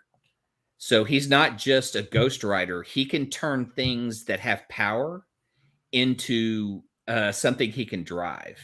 And what he does in the third issue blows my fucking mind. Nice. And it is why Jason Aaron is having so much fun on this book. I love the idea of these concepts that he just twists enough to make them fun as hell. Yeah. But it's Null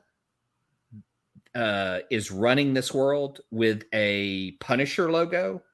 So Null from Donny Cates's book, what the fuck was that? His King in Venom Black? book? Yeah, King in Black.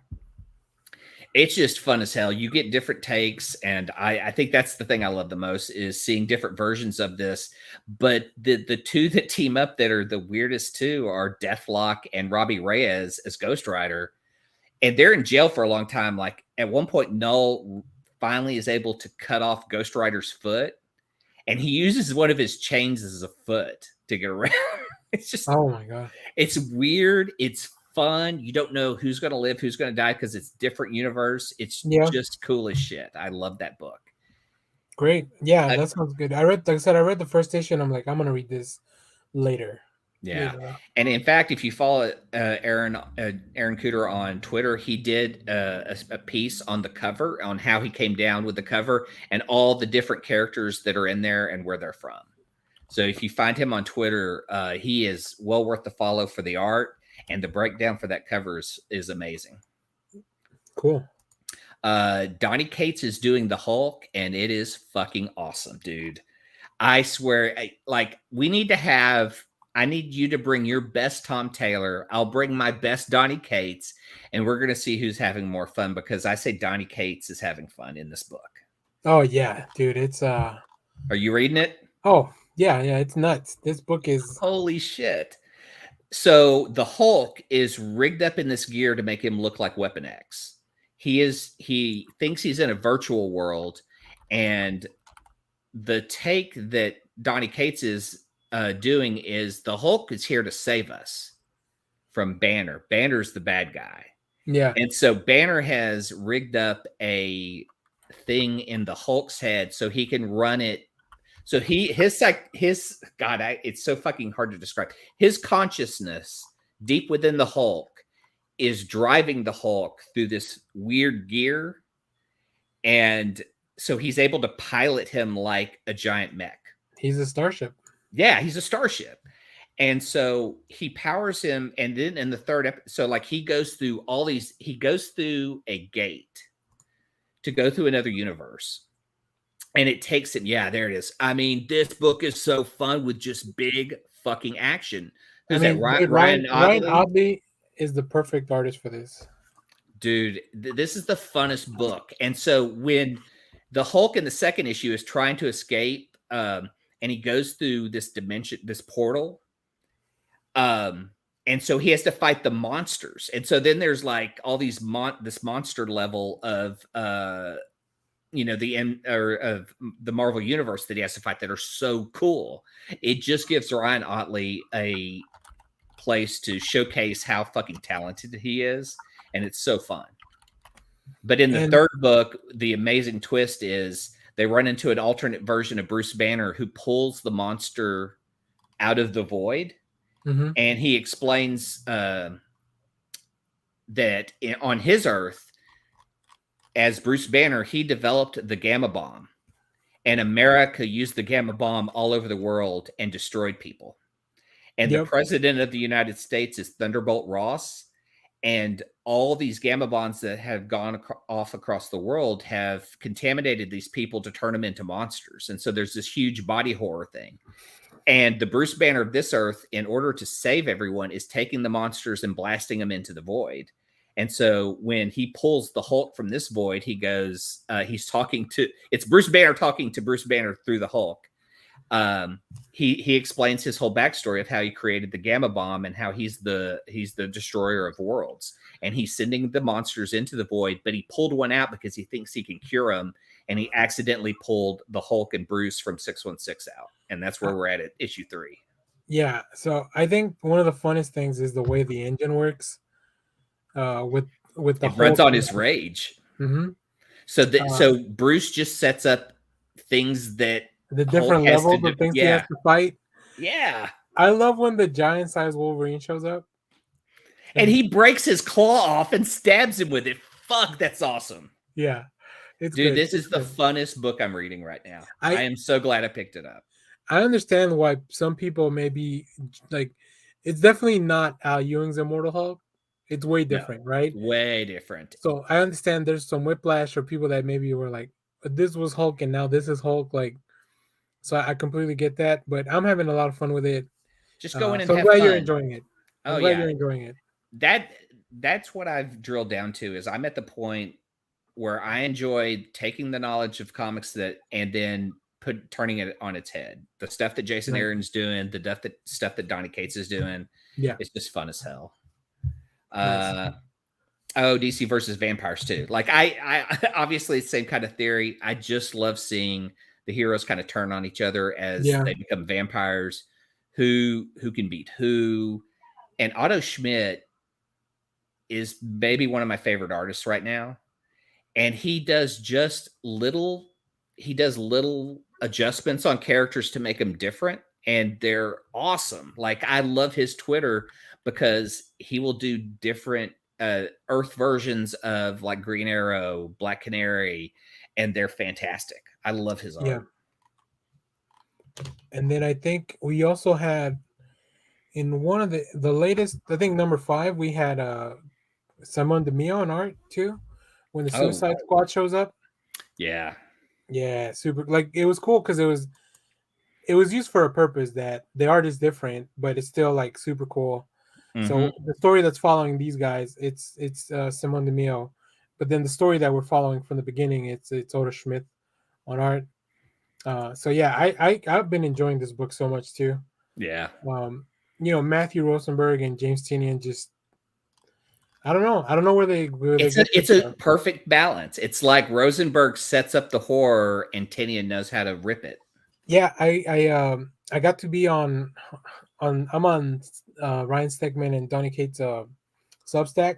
Yeah. And one of the things is that you get to be on stream sometimes if and Matthew Rosenberg was in it. So like when you get to ask a question, I asked him like how come nobody had done this before? Like what would be like DC versus vampires? It sounds so simple. It sounds like something that should have happened a long time ago. It sounds like a 70s book. Yeah. So yeah, really cool stuff. Really good. I'm glad you're enjoying those because those are some of the things that I'm other than Avengers Forever, which I will read. I've been reading some of that stuff. So yeah. I'm gonna go back and collect Jason Aaron's Thor, Jason Aaron's Avengers in hardback. Like those are going to be essential reads. Yeah. He just knows how to have great fun. And what's the other thing is some of the fun shit he set up in Thor. Like he has the what are the 3 women? The Fates. Yes, they show up in here too. So it's like he takes all the toys that he's created and he's throwing them in here, and it's fun as hell. Now, I just really want to, since we are talking Jason Aaron, there was some news this week where he was going to bring in Pocahontas into King Conan. Obviously, that was a misstep. He's addressed it on Twitter, and hopefully that my only takeaway from that was that Marvel really hasn't said anything, and I feel like comics aren't just made by the one person, right? It's a collaborative medium that goes through all these eyes and the editors and stuff. Yeah. So I wish Marvel would also address it like, we fucked up too. We maybe should have somebody on staff to look at stuff like that. Yeah. So I don't know. I watched Kimmy. Didn't you watch it last week? Yes. What'd you think? Well, I really liked it, but I thought it was a fun way to look at. It felt like a Black Mirror episode. Yeah. So I liked it. I liked her in the role because I don't know, like she plays a person who wait a minute, who are we talking about? We're talking about Catwoman here. Zoe Kravitz. Zoe Kravitz is a woman who is trapped by her own emotional problems in her apartment. She doesn't travel out for anything. She and so she plays a person who works on a Kimmy, in the sense that when people ask like Siri and stuff and they can't interpret it, there are people who go in, listen to the recording and try to fix the recordings so that they know what the person's talking about, making it more personable for people who have accents, who use different terminology. So she basically stays at home and works, and she hears something that she thinks is a murder, or at least an assault, and she tries to turn it in, and then the story goes from there. Yeah. And it just becomes this big thriller. I love how it kind of built to it, but like I felt like the execution at the end wasn't 100%. Yeah, I can see that. The resolution was like it felt a bit not rushed, but like we really spent a lot of time working on the first 2/3 of the film, Yeah. and then this part is just like, well, we got to wrap it up. We're about 90 minutes. Yeah. Um, It was a so rush at the end, and then I felt like it was one of those endings I really hate now because they always do the cops are arresting him, it's over. That's bullshit, man. We don't have that in real life anymore. There are nobody's arresting shit. yeah, yeah, So the worst that can happen is what she did with the nail gun. yeah. I mean, that's kind of where I feel like the resolution was, but there were more powerful people that you get the impression that they're arrested and that they're taken care of, but it's like I just Mm, don't believe it because I see the real world and there are bad yeah, people out running for office. I mean, there are just shitty people everywhere. yeah. That's your suspension of disbelief right there. Yeah. I mean, they do reference some real world cases where Amazon, it like took 2 years for Amazon to play a recording that tied into a death, and so they kind of reference it in the real world sense, but then they wrap it up at the end with a quick, oh, the police went and arrested everyone. We're good. That shit I hate. I think it almost has like a little freeze frame thing at the end where they're like, "Oh, everybody's cool now, yay!" Yeah, and they do that in Daredevil at the end of season 1 where everyone kind of gets arrested and there's this montage and you just like that shit just doesn't happen in real life. They don't. Yeah. Then the next episode is like everybody getting out of jail on bail. Yeah. I Everybody mean, we making have bail. we have presidents that are war criminals that are just running around, doing shit. Nothing happens, man. The rich get richer, the poor get poorer, and the rich kill off the poor. Yeah. Where's that story?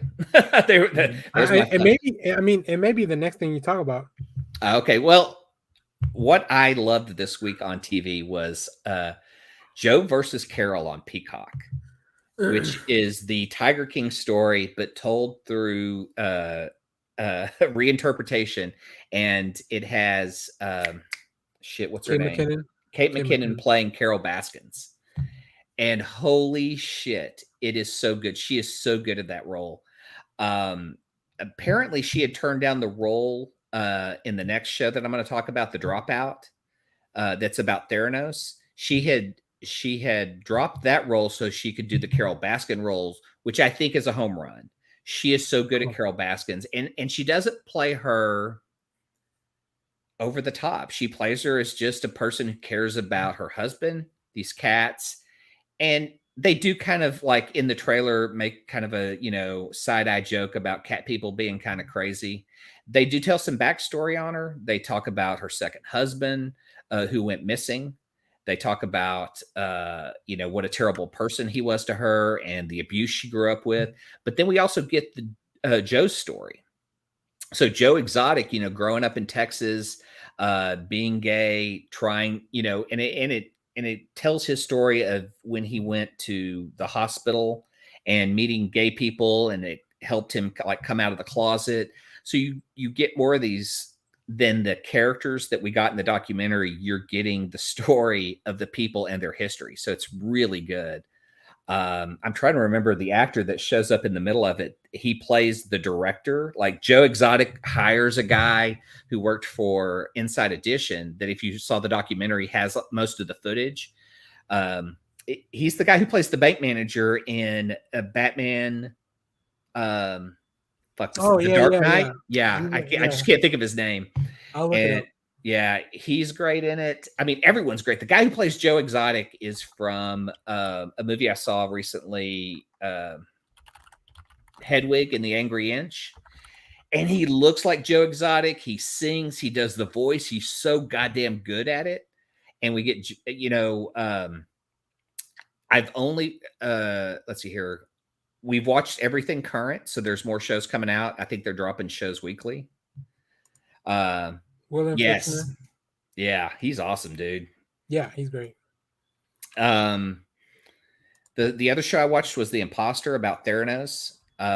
Elizabeth Holmes. The Dropout. Yeah. The Dropout is Elizabeth Holmes' story from pretty much when she was a teenager to today. It's Amanda And Siegfried, right? Amanda Siegfried is Amanda Siegfried stepped in for Kate McKinnon. Kate McKinnon was originally going to play this role, and I I can am see so Kate glad McKinnon do the voice, the like that raspy voice that she needs. I'm glad that they replaced Kate McKinnon Okay. because she nails it. I'm trying to remember the actress's name from Mean Girls. Holy shit. Amanda Siegfried? Amanda Siegfried plays her, and the episodes we've watched up to this point, she hasn't done the voice, but she starts experimenting with the voice, the way she talks in a deeper voice, so she can kind of command control. Is interesting, but originally Kate McKinnon was going to play this role, and I would have thought of it way different. I would have seen it as funny, and it's more grounded by having a person who can play her in college all the way up to now, because you believe Amanda is this quirky girl trying to figure shit out in college, but she's also a person who's trying to be a CEO of a company and make a difference in the world. And she truly, the aspect of the story that's great is she truly believes she's trying to help people. I think even though she's stealing. Was that HBO that had the Theranos documentary? Yeah. So I watched that, so I know the story, but I'm trying to think why I don't know, it feels like they're doing, I know not a lot of the same story at once, but like, so this came out, and somehow the Law and Order episode this week was just like, it was a retelling of this same crime. Like, it was the same story. It was with like some instead of a blood test, there was like a cancer test or something, but like it was the same thing. Like, they used the same framework. And I know Jennifer Lawrence is working on a movie, I think, for this as well. Oh, really? Like, where she's gonna play Elizabeth Holmes. So I don't know why at this point. Like, I just don't fucking get it, because you have a documentary, you have a podcast, and now you have a series. Yeah. Why do a film? Yeah, I don't know. I mean, I don't know what the fascination.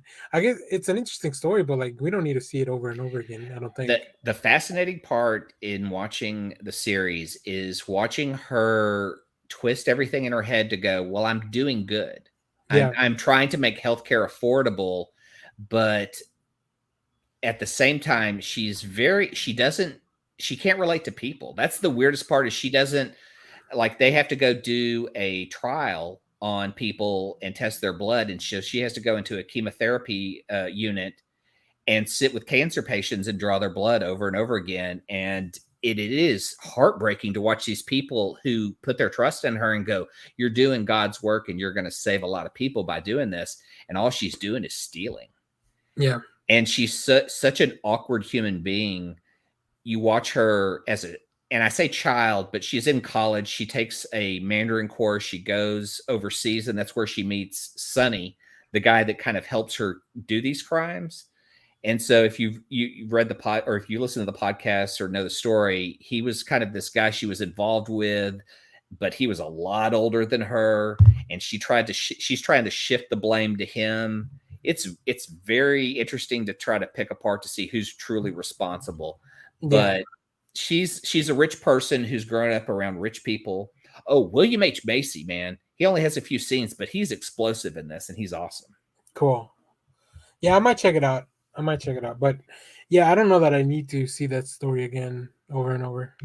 Yeah. For my other podcast with Mark, I watched a movie from 1969 called The Witchmaker, which, holy shit, man, this movie was so damn bad. Yeah. I mean, it couldn't hold my interest. It's about, in Louisiana, there is this person who is sacrificing women. So this guy who studies parapsychology comes out with young girls who are very sensitive to the paranormal to help find these people. I swear I couldn't follow the movie. It was so dull and boring. And yeah, there it is. It's had multiple names because it's so funny. It's been released different ways. It's just, I don't know why. It was funny because I think I picked a traditional movie, and Shelby goes, why don't you pick one of the weird witchcraft nudie movies? And I'm like, okay. And it had the Austin Powers bit of strategically placing things in front of nude bodies. Yeah. So I just ended up laughing at it more than anything. Last Friday, Mystery Science Theater went live with the Gizmoplex, and I watched Santo and the Treasure of Dracula. Dude, Cool. I love Mystery Science Theater. I'm a backer, so I bought the whole season. They did their first show last Friday. The Gizmoplex is a little rough as far as an app. Basically, you have a bunch of stuff that you can go in and buy, but you can just go to your account and show the stuff you've already bought, and then just watch it that way. That way, you're not accidentally buying something you already own. It's weird because through the Kickstarter, I own a bunch of stuff, but I can go to it in their library and buy it again, even though it's a part of a package I already own. So you really need to pay close attention if you're buying any films through the Gizmodo. They said they won't sell through Roku or iTunes. You have to do everything on the website. But wait a minute, is this the full title of the movie? I think that's one of the titles they said. The Treasure of Dracula, the sexy vampire version. Yeah. Okay. Is he sexy? Yeah, but I love Mystery Science Theater, and I love my money going to the people who are making the stuff. So I don't have a problem paying for something like this. I did their Kickstarter, their original Kickstarter, so I already own all their Netflix stuff. So when I logged in, all that's there. They have a pretty decent app for a first time starting. The only problem is, like I say, is if you own something that's in your library, it's part of a package. It may be shown as available as a standalone film, even though you already own it, which kind of sucks. Okay. And then the next, I don't know when they're going to do their next event, but the next thing listed in the Gizmodoplex is a tribute to Manos, The Hands of Fate, which is one of my favorite Mystery Science Theater movies. Nice. All right. Well, that's quite a variety of stuff, Clay.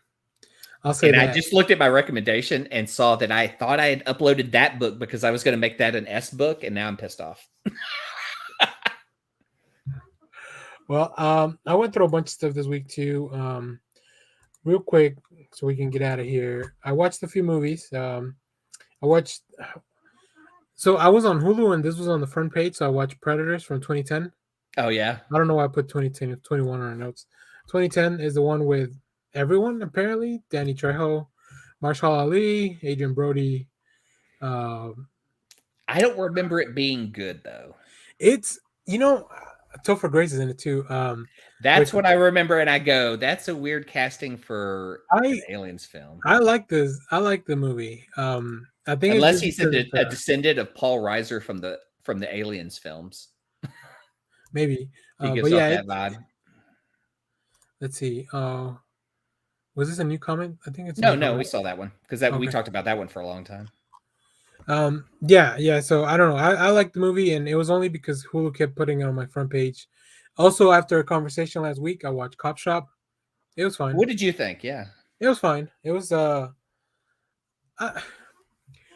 feel my main complaint was that I don't think Frank Grillo and Gerard Butler were given enough to do. Yeah, I would have loved to have seen him do a little bit more stuff, and I think they could have made that a better movie. It feels like they pitched them as like you get to be in this one room for 90% of the movie, and then you get to do some stuff. So please come make this movie so we can have content. But it's fine. Yeah, you're right. I don't know. I can see what they were going for. I feel like the police precinct was too advanced, like too cool, like the building. Yeah, itself. Like what? It's so weird that I compared it to Assault on Precinct 13 because everything kind of takes place in there, but it was so isolated and they could never get help. It was just such a weird scenario. It's really only like one bad dude and the other cop, the crooked cop, right? Yeah.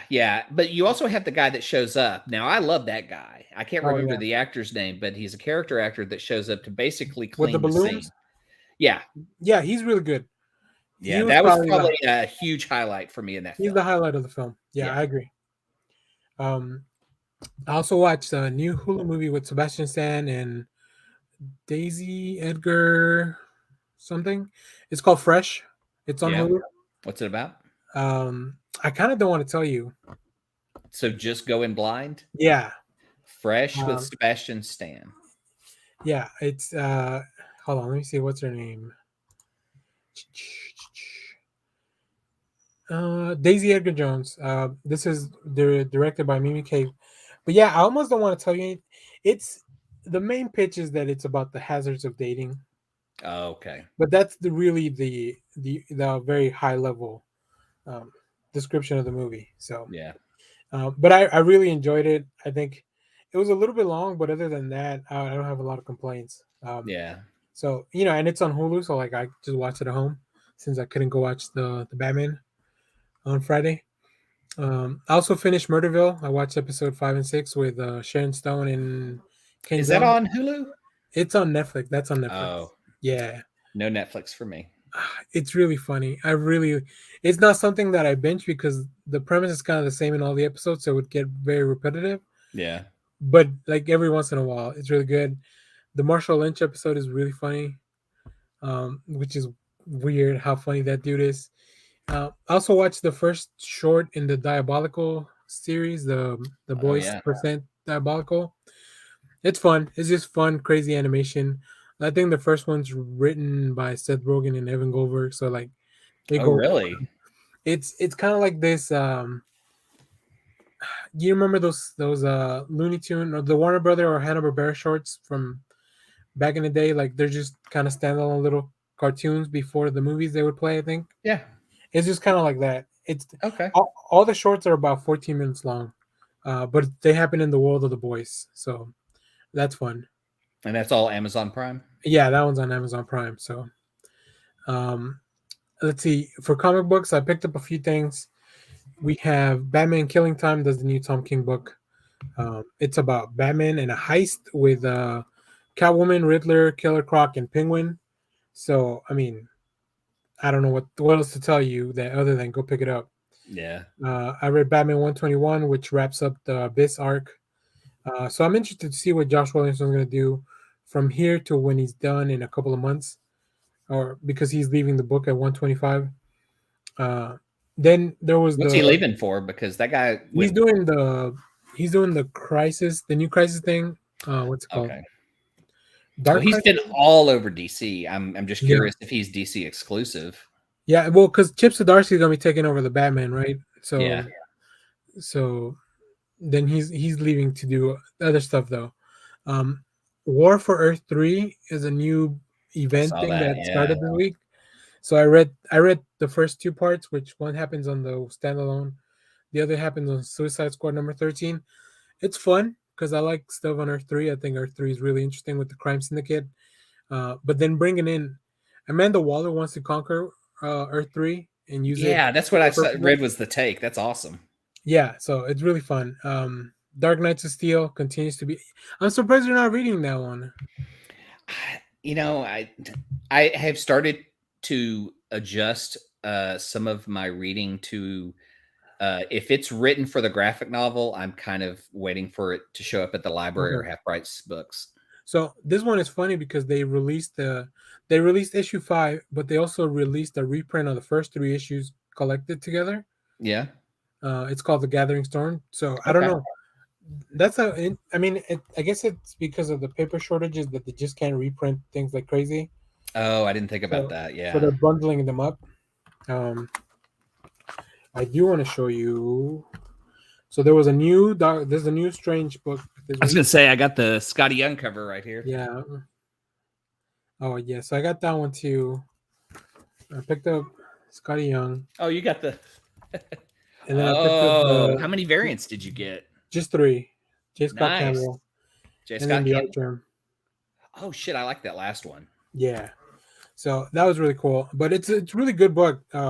You had J. Scott Campbell covers out on the thing, or did you buy them from him directly? This one was from the shop. Oh, really? I thought he just sold direct now. No, he does a bunch of variants too, but he does do his exclusives for stores and shit. I love his art, but not that much. I did pick up 2. Yeah, not. I'll pick it up if it's at the shop. Yeah, I'll pick a regular priced shop book, and that's it. I picked this up. I'm not really reading this, but I wanted this cover by Pete Momoko. Spider-Woman. Yeah, it's really Oh cool. wow, I didn't even see that. And then I Yeah, also the picked up Spider-Woman some. covers have been fucking slapping, dude. They're awesome. Yeah, and then I'm not a big fan of these X-Wing covers, but Jubilee's on this one, so Yeah. I had to pick it up.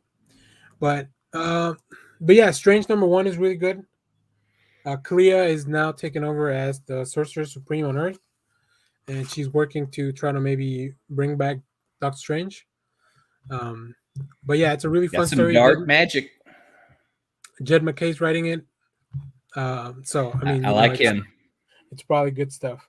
I also read Devil's Reign Spider-Man #1, which was a one-shot for the Devil's Reign. I'm not the biggest fan of Ben Reilly as Spider-Man, but this story was fun enough because I didn't know the Kingpin had a son who goes by the Rose. Yeah.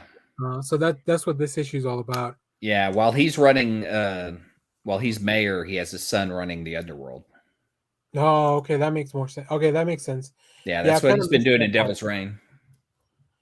Okay, and then what else did I write? I'm X-Men loving #9. Devil's Reign, by the way. I shit on event books, and I know that that's an event book because it crosses over and gives you a bunch of other books. And Yep. I fucking love them all. I'm sorry. I apologize. But man, Chip Zdarsky just has fun with it. And I love the Thunderbolts team. And then I love the addition of US Agent to that team. I miss the Thunderbolts as a series.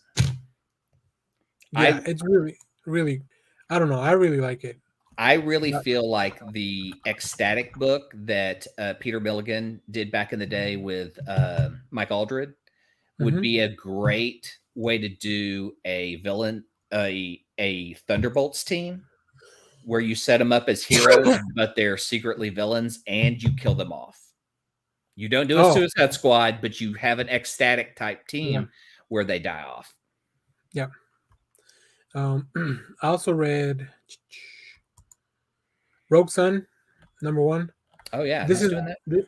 This is Ryan Parrott, who was also doing Power Rangers, but this is all part of that Radiant Black Supermassive verse I was telling you about earlier with Kyle Higgins. So this is one of the spin-off series after the event, after the one shot last week. And I also read Radio Spaceman. This is a Mike Mignola book with art by Greg Hinkle.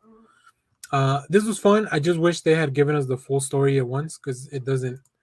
It feels like it was a story written to be just one book, but then Dark Horse split it up into two.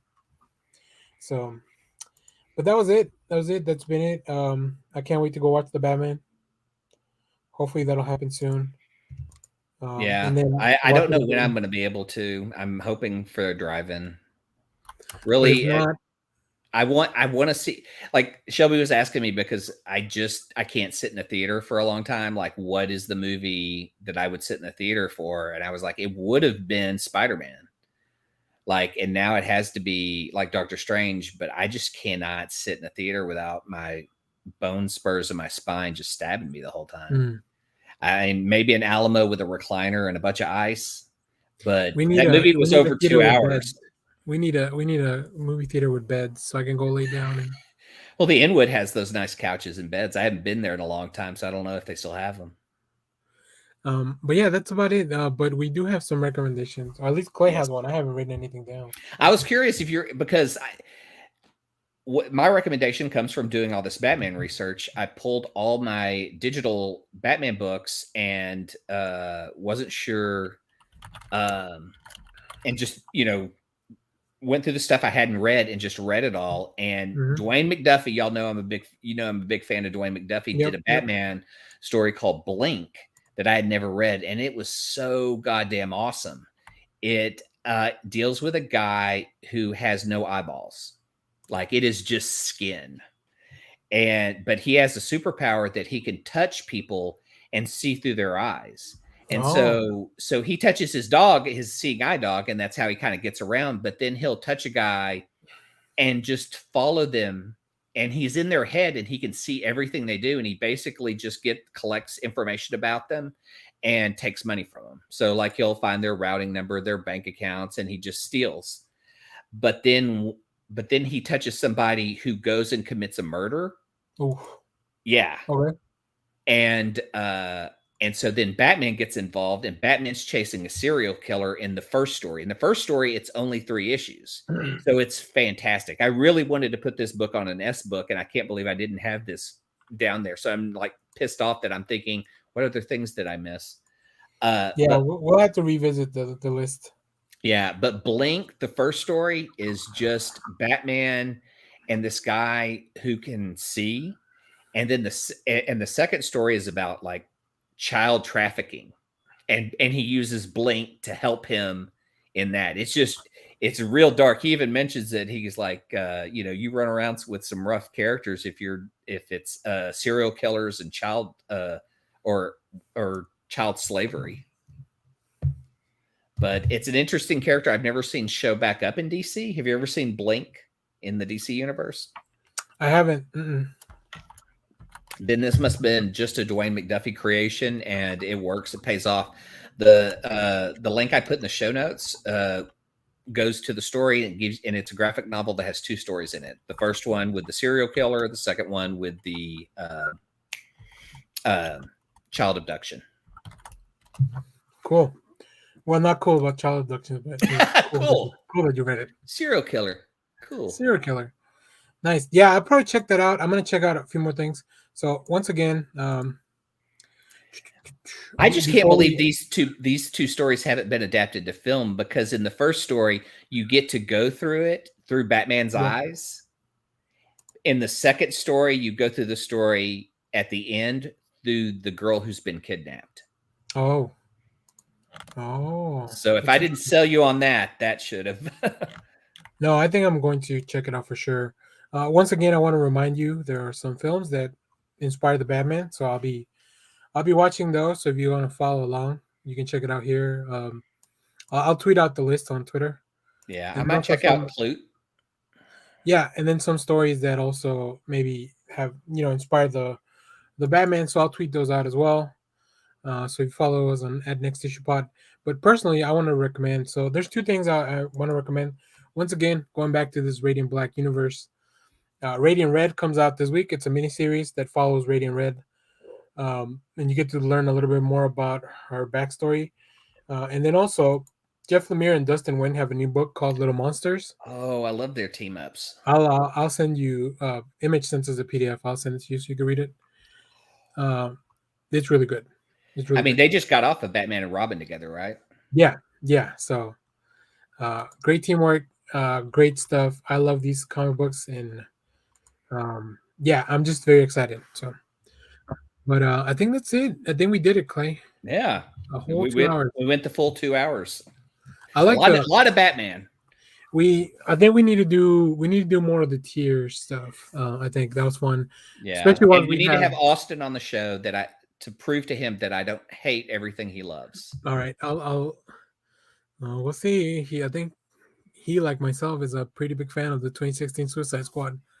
So, Academy Award winning Suicide Squad. Damn right, dude. I watched the James Gunn one. Like it's in the rotation with Endgame. Like I watch Infinity War, Endgame, and the Suicide Squad at least a couple times a week now.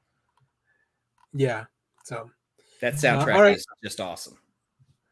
Well, I think that'll do it for us. Thanks for watching, everyone. Yeah, stay tuned. We have more cool shit. Austin, Terry, thanks for dropping in. Yeah, for sure. Anybody that watches this later, like I said, if we missed anything on that tier list, or if you want to see another tier list of something, let us know down in the comments. So yeah, we can work that in. And remember, we're doing our audio podcast again. So if you haven't subscribed, there should be links somewhere, probably in this video or maybe some of the other videos. It should be in the show notes. Yeah. So cool.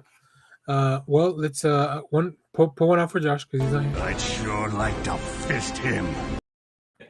And Kyle, I don't think I have anything Kyle specific, so I'll just do. Yeah. Hopefully next week when Josh is back, we'll do a full Peacemaker show. Yeah. Which is what we were planning for today, but then Josh had to he had to travel, be a good husband. So I guess we'll let him slip. Yeah. So, Peacemaker rocks, man. I can't watch it show enough. Cool. Yeah, for sure. Well, thanks everyone. See y'all later. Thanks, Clay. Thanks. Bye. Let's get out of Let's here. ride. Thanks everyone for watching. Twitter loves you. Oh yeah, Clay. Hell, Bebo. Josh? Simon Center, get the fuck out.